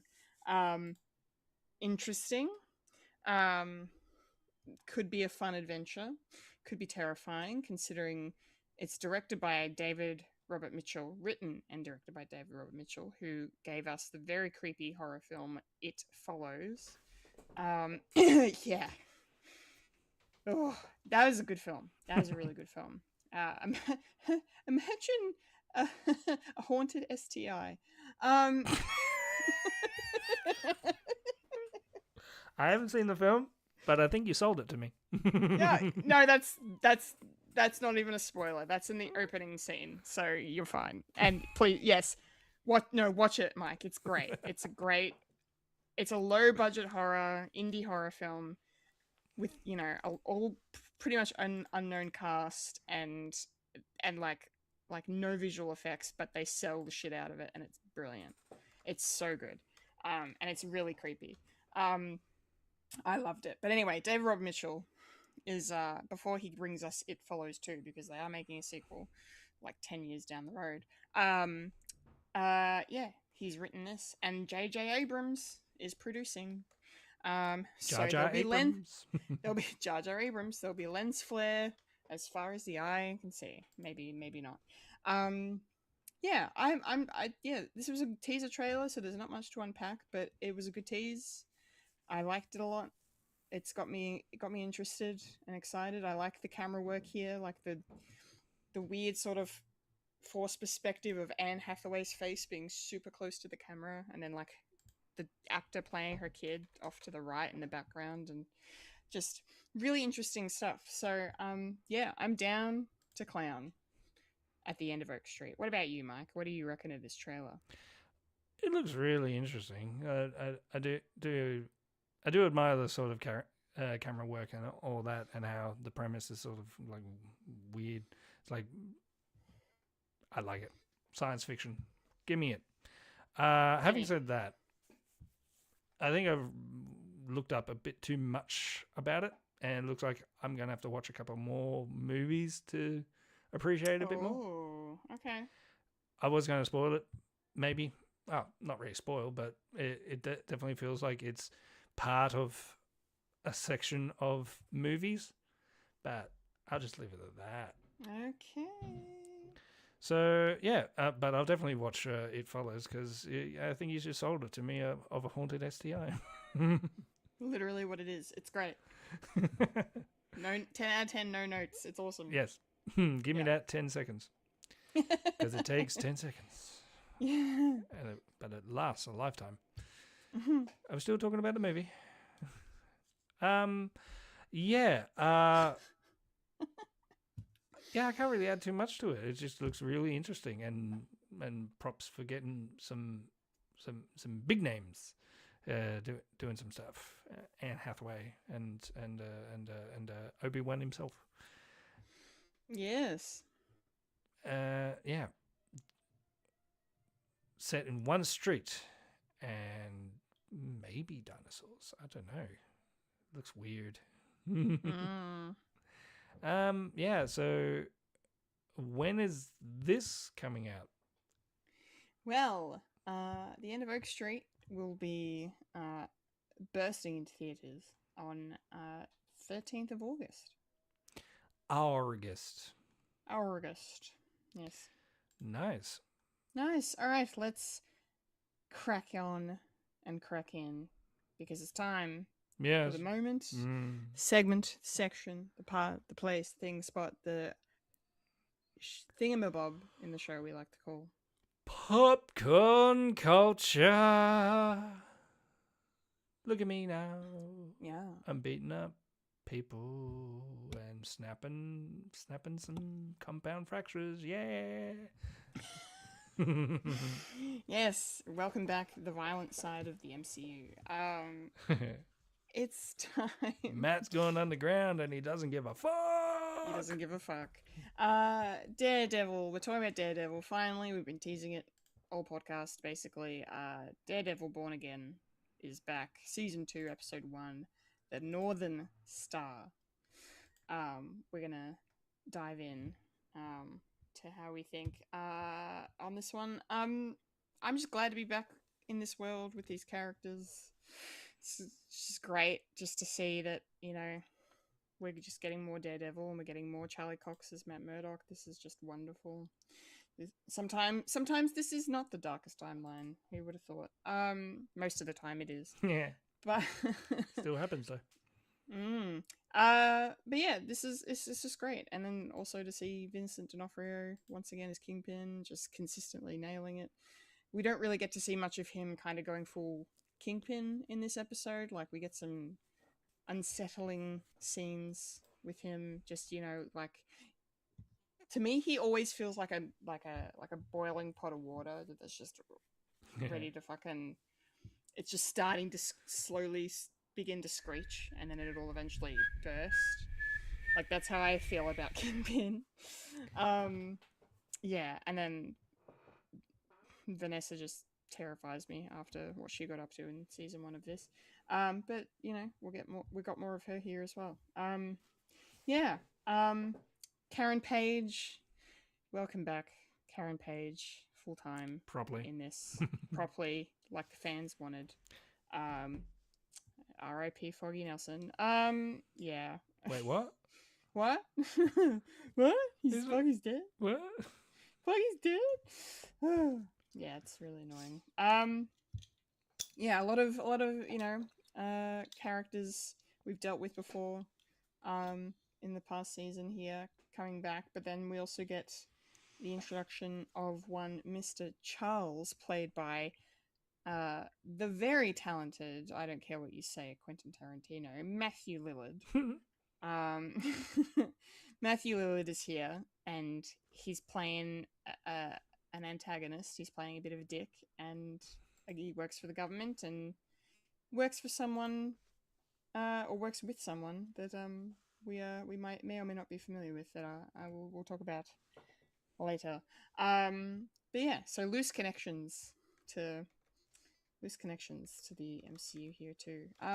Yeah, overall this was a solid first episode. Lots of great action scenes. You know, we got a bookend of action going on with Daredevil at the beginning of the episode on the ship, and then at the end in Cherry's apartment, while, you know, the task force are being the task force, unfortunately. Yeah, too close to home, some of this stuff, but hey, what is art if not a method of holding up a mirror to society sometimes, you know?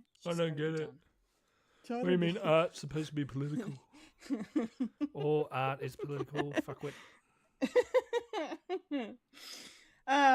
Yeah. No, I really liked it. This is a good start. It's a soft start. It's a good start. I'm really curious to see where things go. What about you, Mike? What was your overall thought on the first episode of Daredevil Born Again Season 2? It is really solid, and I'm really happy to be back. It's been too long. It's been good. I mean, we've talked about the first season where it was weirdly jumbled around, and we know bookended by good stuff and had a bit of shitty shit in the middle. It's just what needs to be done in the middle. and Yeah. then just outward. Yeah. So, but thank goodness they now know what they're doing, so they can finally steamroll ahead. So therefore, I'm just putting it out here. Second season's probably going to be better than the first. I'm just saying. I think a lot of people are predicting that. Yeah. Yeah. Mm-hmm. And if it doesn't happen, curse you. I'm not going to watch it again. Nah, it'll be good. Yeah, as I said, solid. Finding out where people are at this weird juncture within Hell's Kitchen, as well as New York itself. Where's Spider-Man? But just wait. The movie will be a part 2. Yeah, just the action is great. The characterizations. It has been too long because I was a bit caught off guard on how many F-bombs are in this show. Yeah. It's like, oh well, okay, we're not at our fun-loving MCU anymore. This is Hell's Kitchen.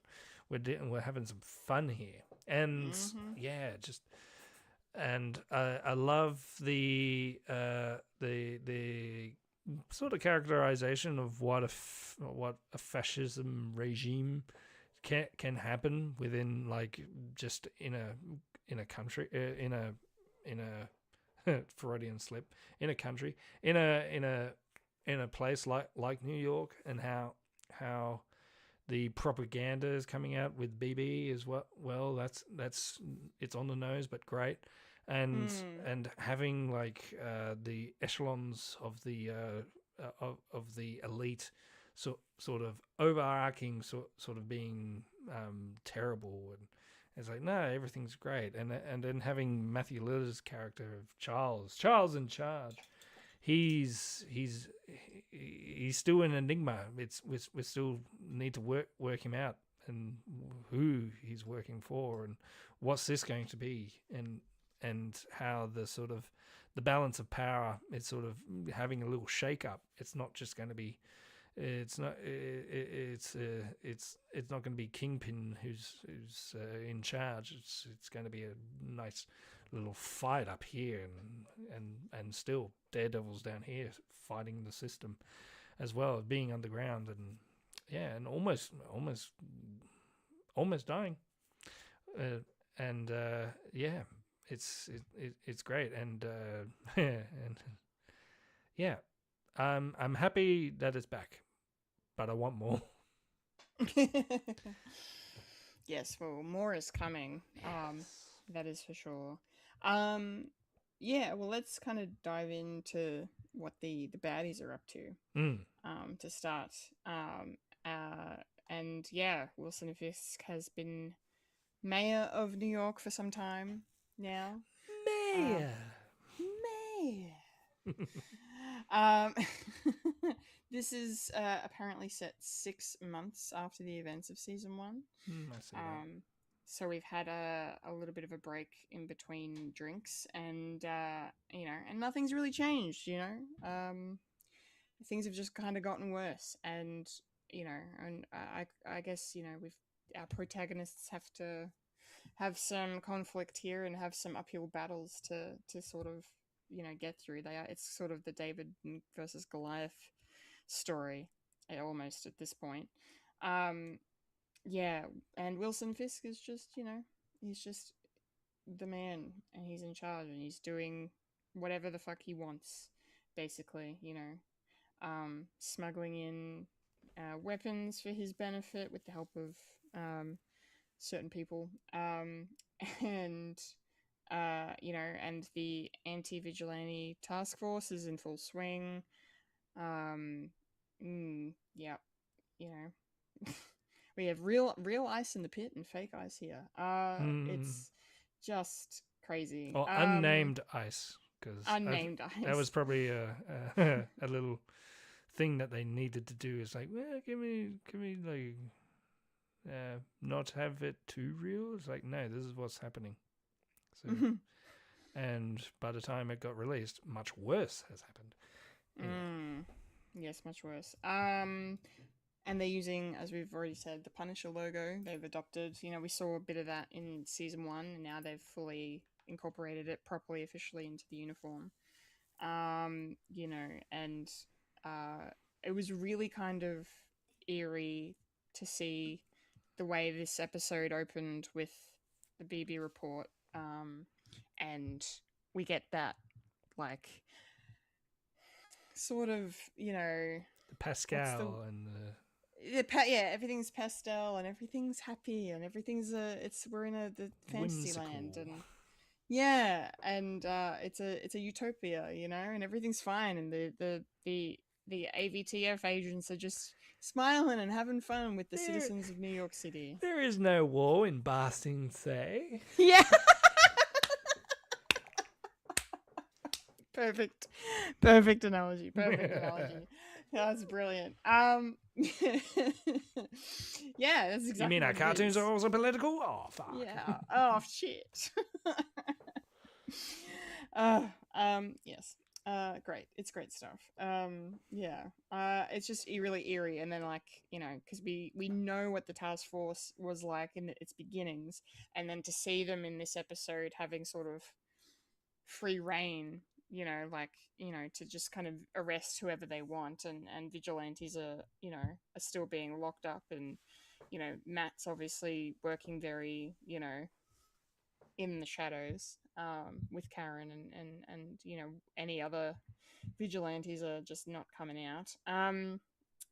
It's really kind of sad, and the fact that they're doing vigilante trials, they're about to put them all on trial, and so I'm really interested to see where that goes, and if Matt Murdock himself, the lawyer, is going to resurface at some point, is also going to be interesting. And also the cameos. Are we going to get cameos? Yes, what cameos are we going to get? Are we going to get Hawkeye? Are we going to get Hawkeye? Yes, it could happen. It could definitely happen. I don't know. What are your? Do you have any other thoughts on the task force here, and the way, like, sort of this, like Wilson declared, this martial law sort of taking place in New York City, and how no one seems to be able to stop it. Or even have the power to stop it. They do have the power to stop it. It's just they can take it to their advantage. Yeah. In a way.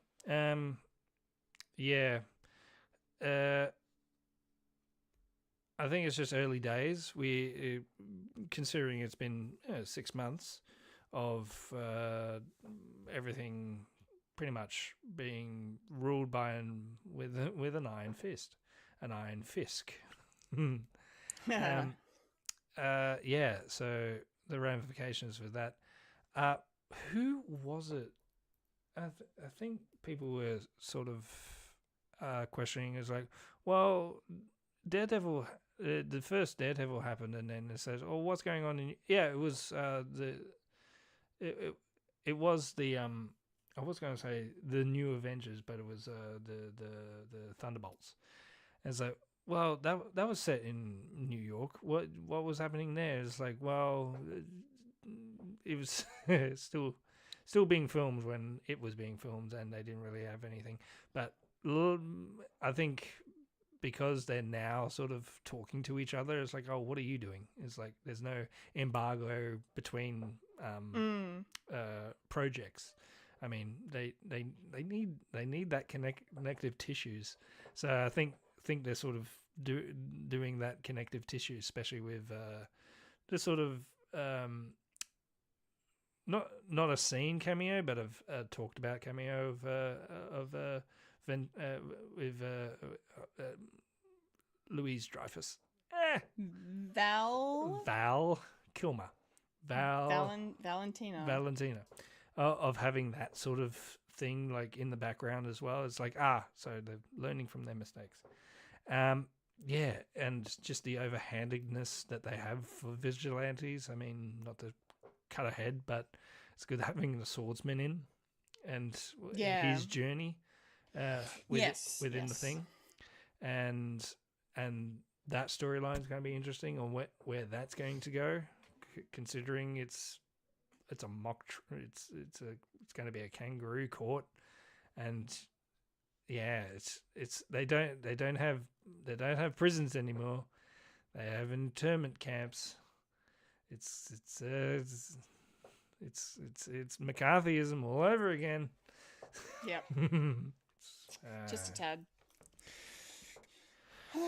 It's good. It's scary. It's a story that needs to be told over and over, because new generations don't get it until they say, "Oh, we get it now." Yeah. It was probably one of the better aspects of the first season, I would say. Like, the stuff, like, earlier on in the season, like, I know, like, one of the things that they said the show was going to be that the fans didn't like was, like, seeing more of Matt Murdock than Daredevil. But I really enjoyed like, in the early episodes when, like, Matt came to the defense of that vigilante character whose name escapes me, apologies.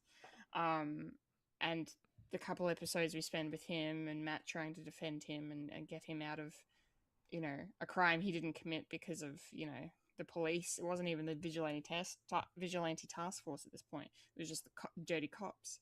And, you know, and then they end up killing him. Like, that storyline was great. And White Tiger. White Tiger, thank you. Yeah. And now we're getting to see it probably in a different light in this season, with, like you said, Swordsman sort of being the focus, and you know, where that story is going to go with him is really interesting. But yeah, so yeah, it's too close to home in some parts, but it's important to be. For that case, I really enjoyed. I want to talk about the scene in the mayor's office that you referenced, Mike, where, you know, they're having a meeting with the attorney general, who's being like, you know, the governor really doesn't like any of this task force crap. This needs to be put to a stop, and blah blah blah blah blah. We won't have it, and blah blah blah. And then Matthew Lillard's Mr. Charles just wanders in, sits down, saunters in, just cool as anything, and just, you know, completely turns the scene on its head. And then the Attorney General gets a phone call, and we hear him thank a Mr. Fontaine, and that's where we get our confirmation, like you said, Mike, of Val and that connective tissue to the MCU. And it is, like you said too, it's really good that they're talking to each other. Clearly there's some connective tissue that's being thought about. It doesn't have to be big or in any, like, you know, look at me, like, you know, it's just a name drop, you know, like, yeah, like, it's what it used to be back in, you know, the phase 1, phase 2 days. Like, you know, Wakanda got a name drop, you know, 3 years before we ever saw the actual place. Yeah. In Age of Ultron, like, you know, shit like that. And they weren't sure what they were going to do with it. But yeah. It's long. Yeah. And also what springs to mind is Scott Lang saying, "Should we call the Avengers?" Even that line is like, yeah, it's a joke, but it's also to say, well, we don't have to get the Avengers every time. Yeah. This is small potatoes. Yes. Yeah, it's funny. So I like when the MCU kind of does the subtle connective stuff. They tend to do it a little bit better than some of the bigger connective things, especially in the last few years.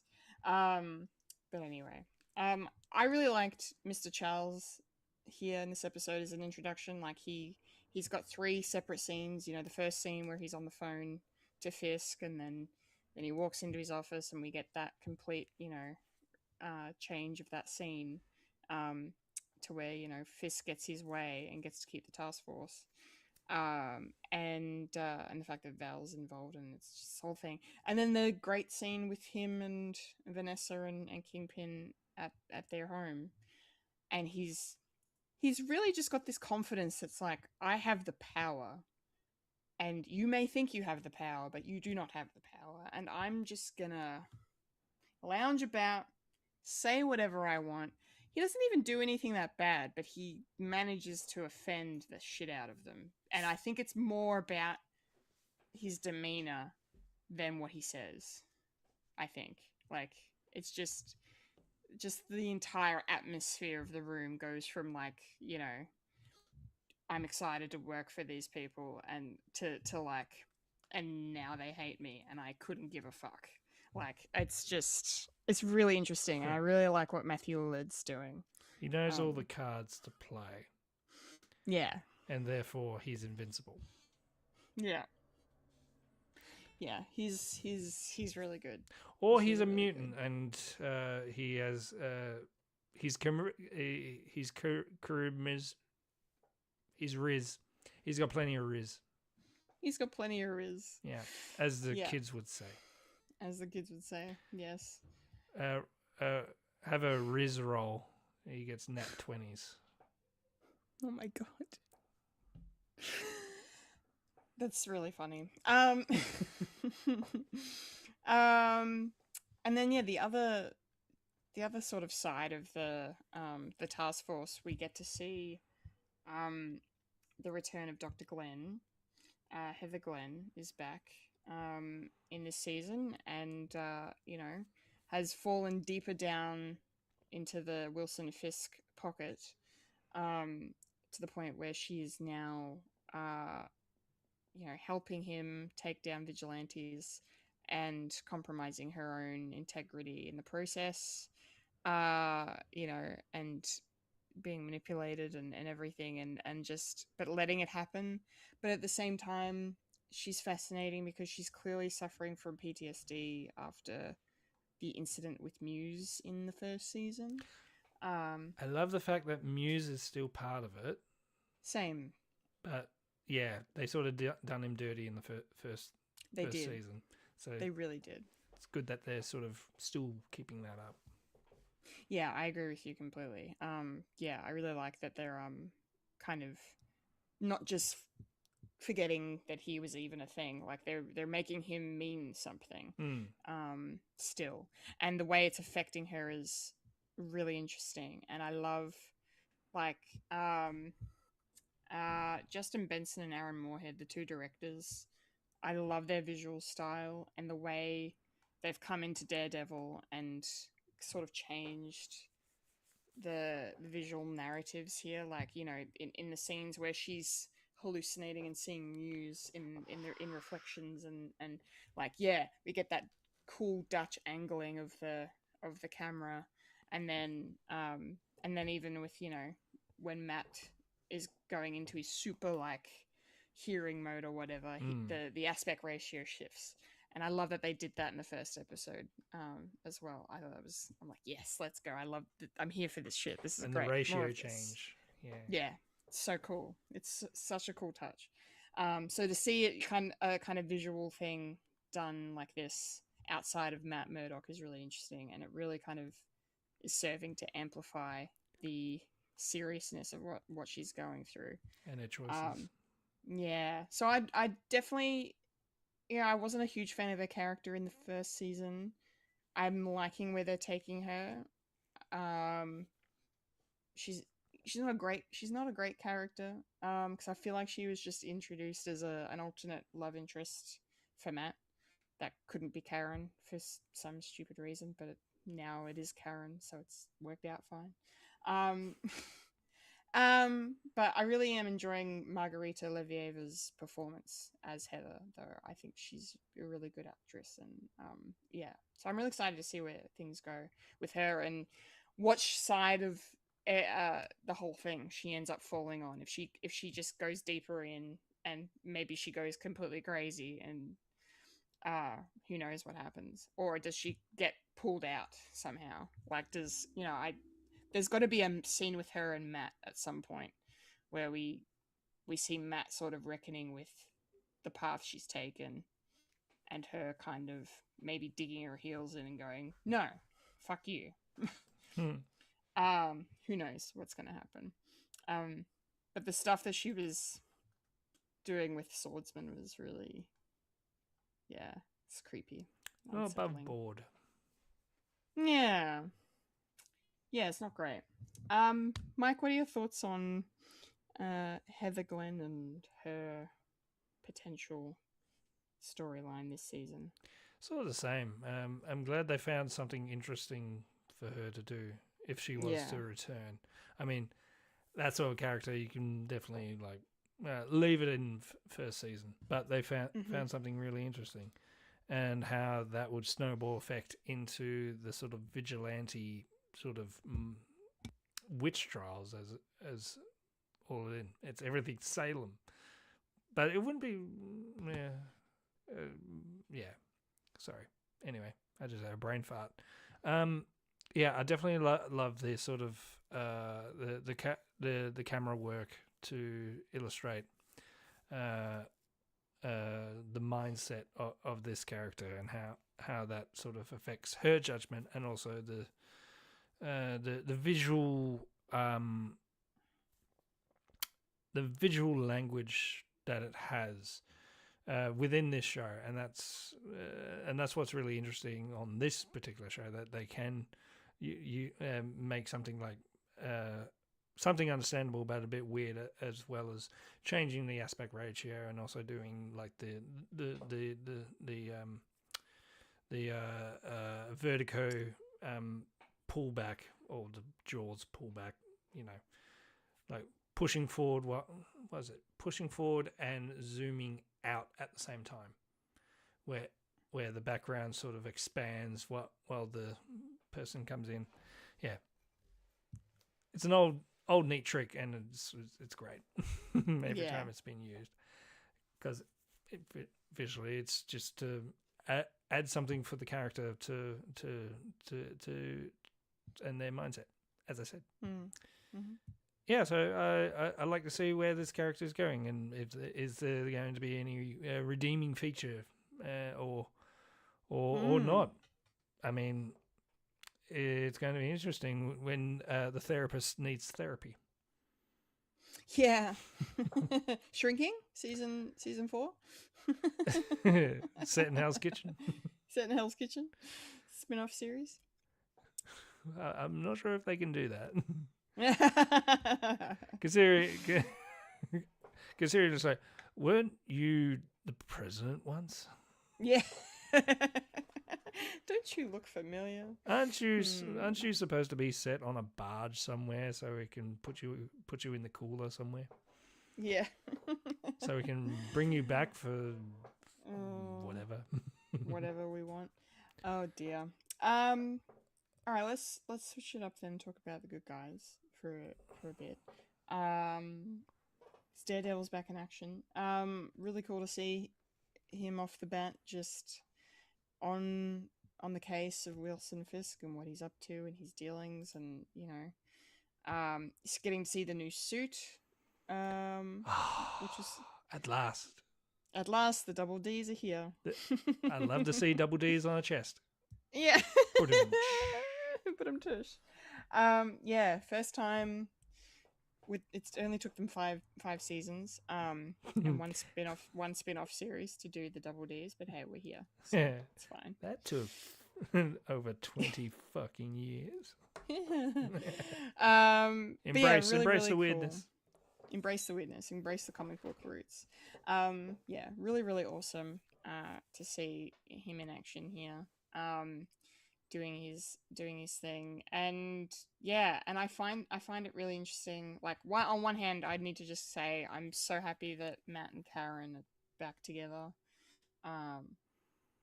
Yes, 100 times yes. I really loved when they first got together in the second season of the show, and then obviously things didn't really work out the way they were supposed to.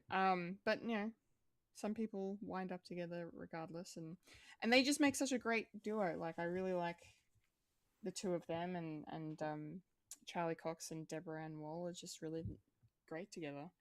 And the fact that at the moment there's sort of this dynamic duo, she gets him the information and he goes out and puts it in action. And I kind of like that. It's It's like a rogue Nelson, not Nelson and Murdoch and Page. It's like a Murdoch and Page rogue thing going on. But is it weird that they're operating out of the wreckage of Josie's bar?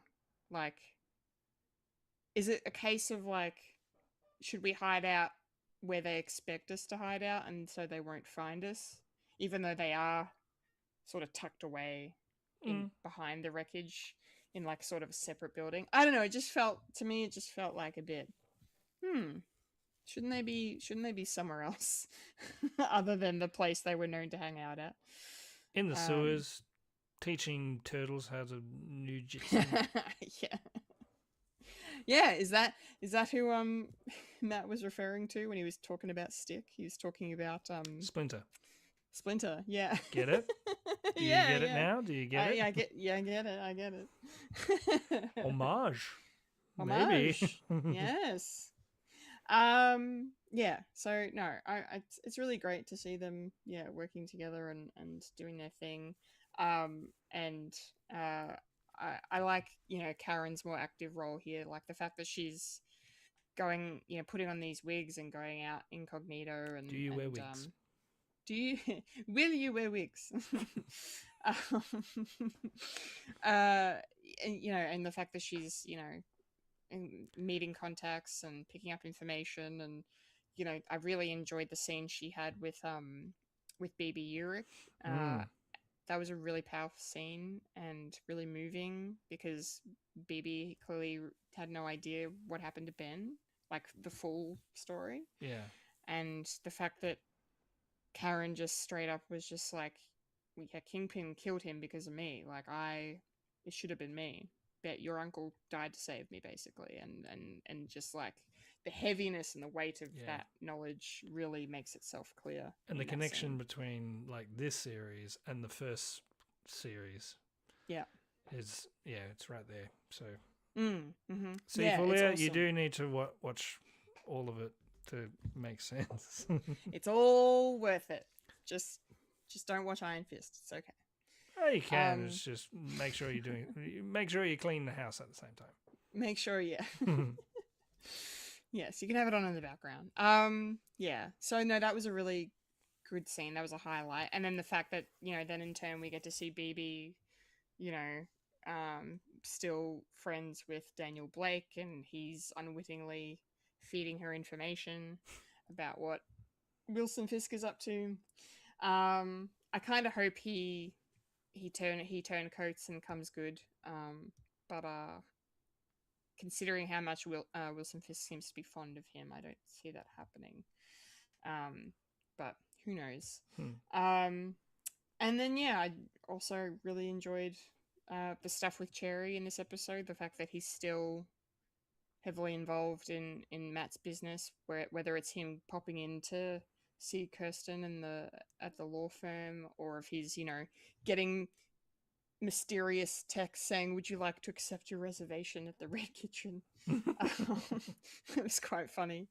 And then having like clandestine meetings underneath overpasses and bridges and stuff. And I liked that exchange of dialogue between him and Matt about like, I can't put Kirsten in danger, and he's like, "What about me? Fuck you!" Like, You're old. Why? Yeah, you're old. Yeah. It's great. Yeah, the writing on this show is just, it's really good. So I'm loving everything. Yeah, really. And that scene sort of made me scared for what happens at the end. It's like, no, don't Foggy Nelson this, please. I don't. No. Just because it's a new series doesn't mean you have to kill someone at the end of the first episode. Literally. Yes, absolutely. Fuck you. Mike, tell us your thoughts on Matt and Karen and our protagonists. How are you thinking about them so far? Yeah, I saw them together and I thought, that's good. They're working together. Feelings are gonna fly. So sure. And it just feels great. It's just having them two, because they've been through a lot. They don't have Foggy anymore, unfortunately, but he's still there in spirit. And I'm guessing because they're in Josie's and it's pretty much bombed out and run down, I think it's that broken glass theory where if you see like a broken window in a place, people like stay clear from it, and and attitudes is like oh, don't want to go there. It smells like rat piss. I don't know, splinter piss. There we go. There's the connection. There we go. Yeah, and having a Paige doing a lot more reconnaissance missions, because there's only a number of times where Matt can pretend to be a blind guy and go around. Yeah. I mean, his face is sort of known, so. And then you got the wigs, and I do love the transition between the bald mannequin head to the back of Fisk's head. It's like what are we focusing? Is like, and then it's Wilson Fisk back there. I had to laugh. It was like no, but it was good. Yeah, it was good. And that means that they're actually thinking about, like, you know, making it visually interesting with the rest of it, including the transitions between scenes, and the BB and Paige sort of scene I really enjoyed. As I said, the connective tissue between Ben and BB and Karen and all them, just the added cherry on top of this is a well-established story with these characters, and it takes back all the way from Netflix all the way to now, and even into the real DCU in the real MCU. Whoops. Cherry is great because it's an archetype that I really enjoy, like the retired cop who's still looking for that enjoyment of going detective work and all that, and he's a great character, and I was like, you know, I was a bit worried at the end. It's like, because it's happened with Foggy as well. Like, Matt can only hear a heartbeat, and it was slowing down, and it's like, tenterhooks, and then his face reveals like, oh, it's Matt Murdock. It's like, these people got to die, and they did. Good. Thank you, Bullseye. Bullseye? Bullseye. Yeah. I was going to say Killshot, but that's DCU. Too many characters have the same skill set. Anyway. They really do. When's Iceman coming? I love Cherry. New addition, and just fits really well. We need Night Nurse back again. That's all I need. Yeah, it would be cool if we could bring Rosario into this. I could be wrong. I need to look it up. I think she's actually in Brand New Day. Ooh. I could be wrong. It could be a spoiler. I don't know.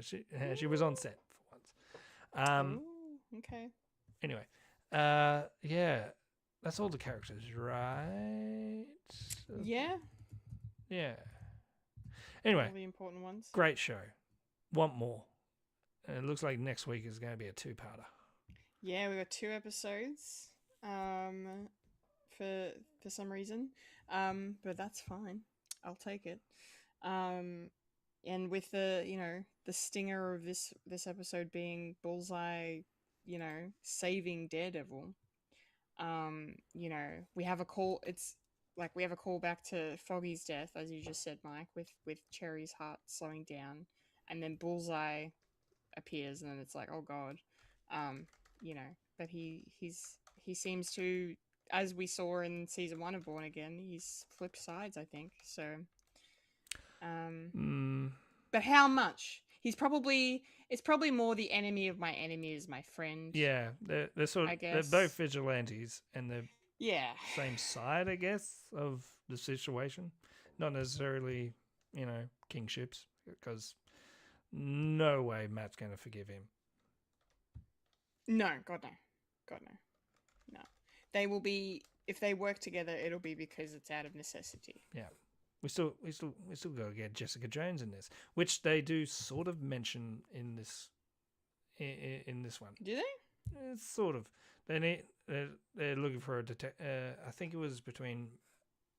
Yeah, I think it was between Matt and Paige, where they're talking about calling up a detective, maybe. And they said she, so I thought, that's Jessica. It's Jessica. It's Jessica. Well, yeah, she's coming. Jessica Jones is returning and making her MCU debut, and I am so excited.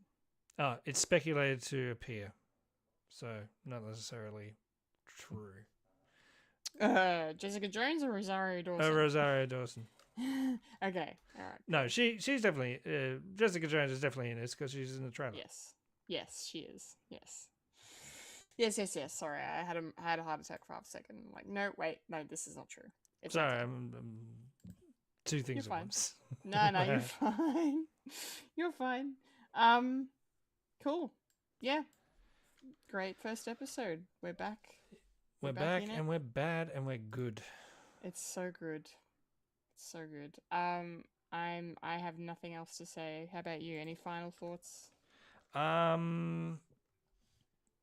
2 episodes next week. I can't wait. Hold on.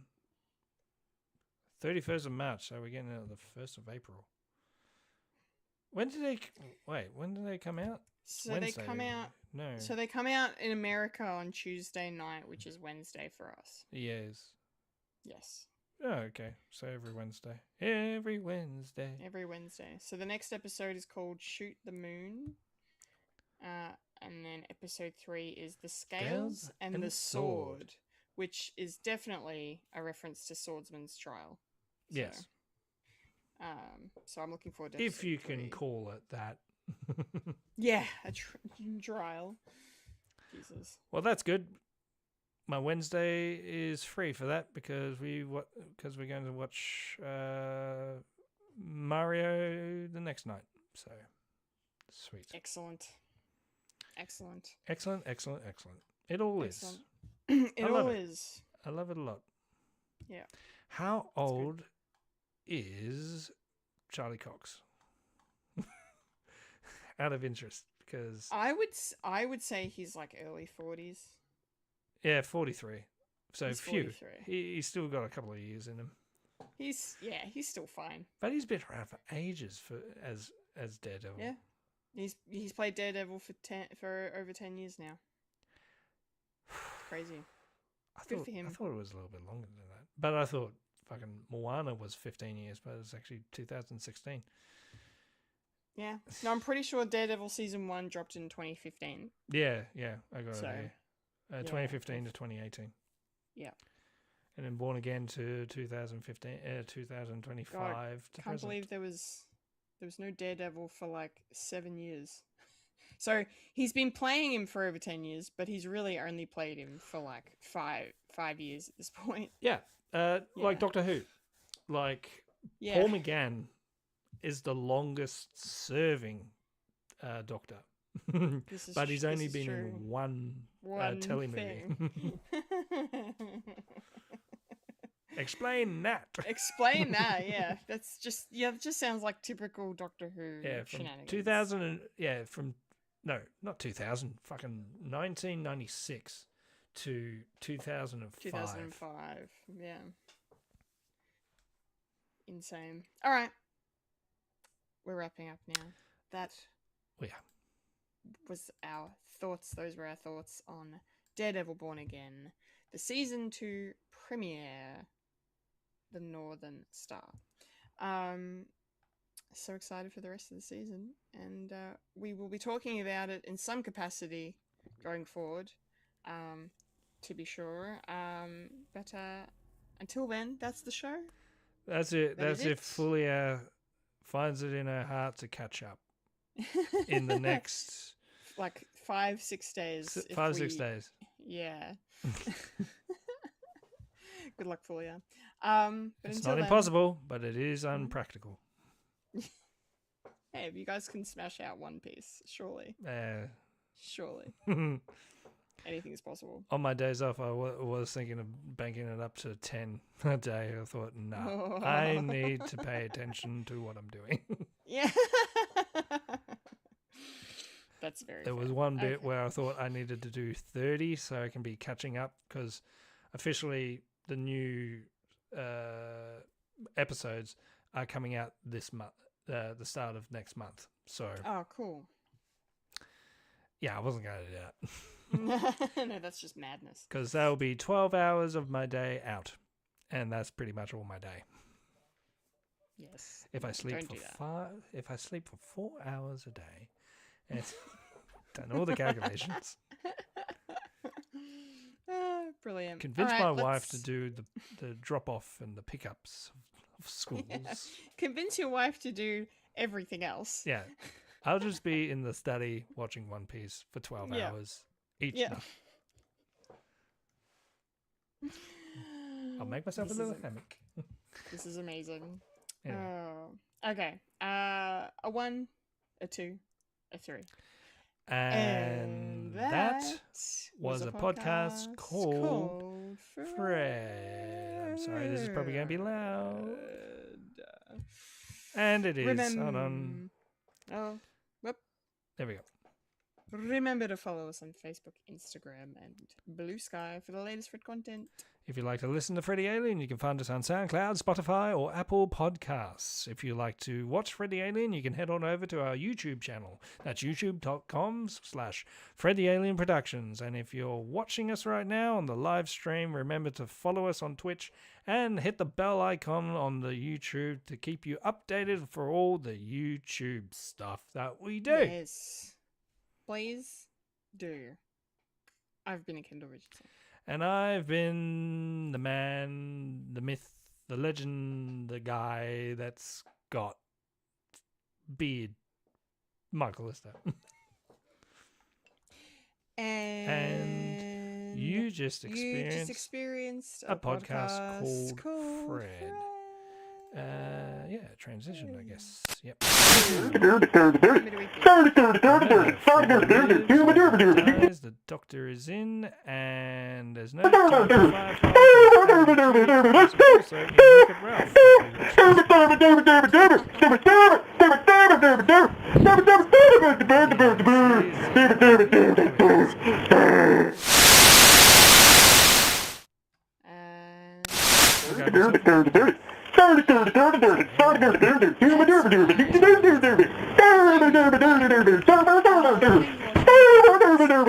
Laters. Gators. and scene.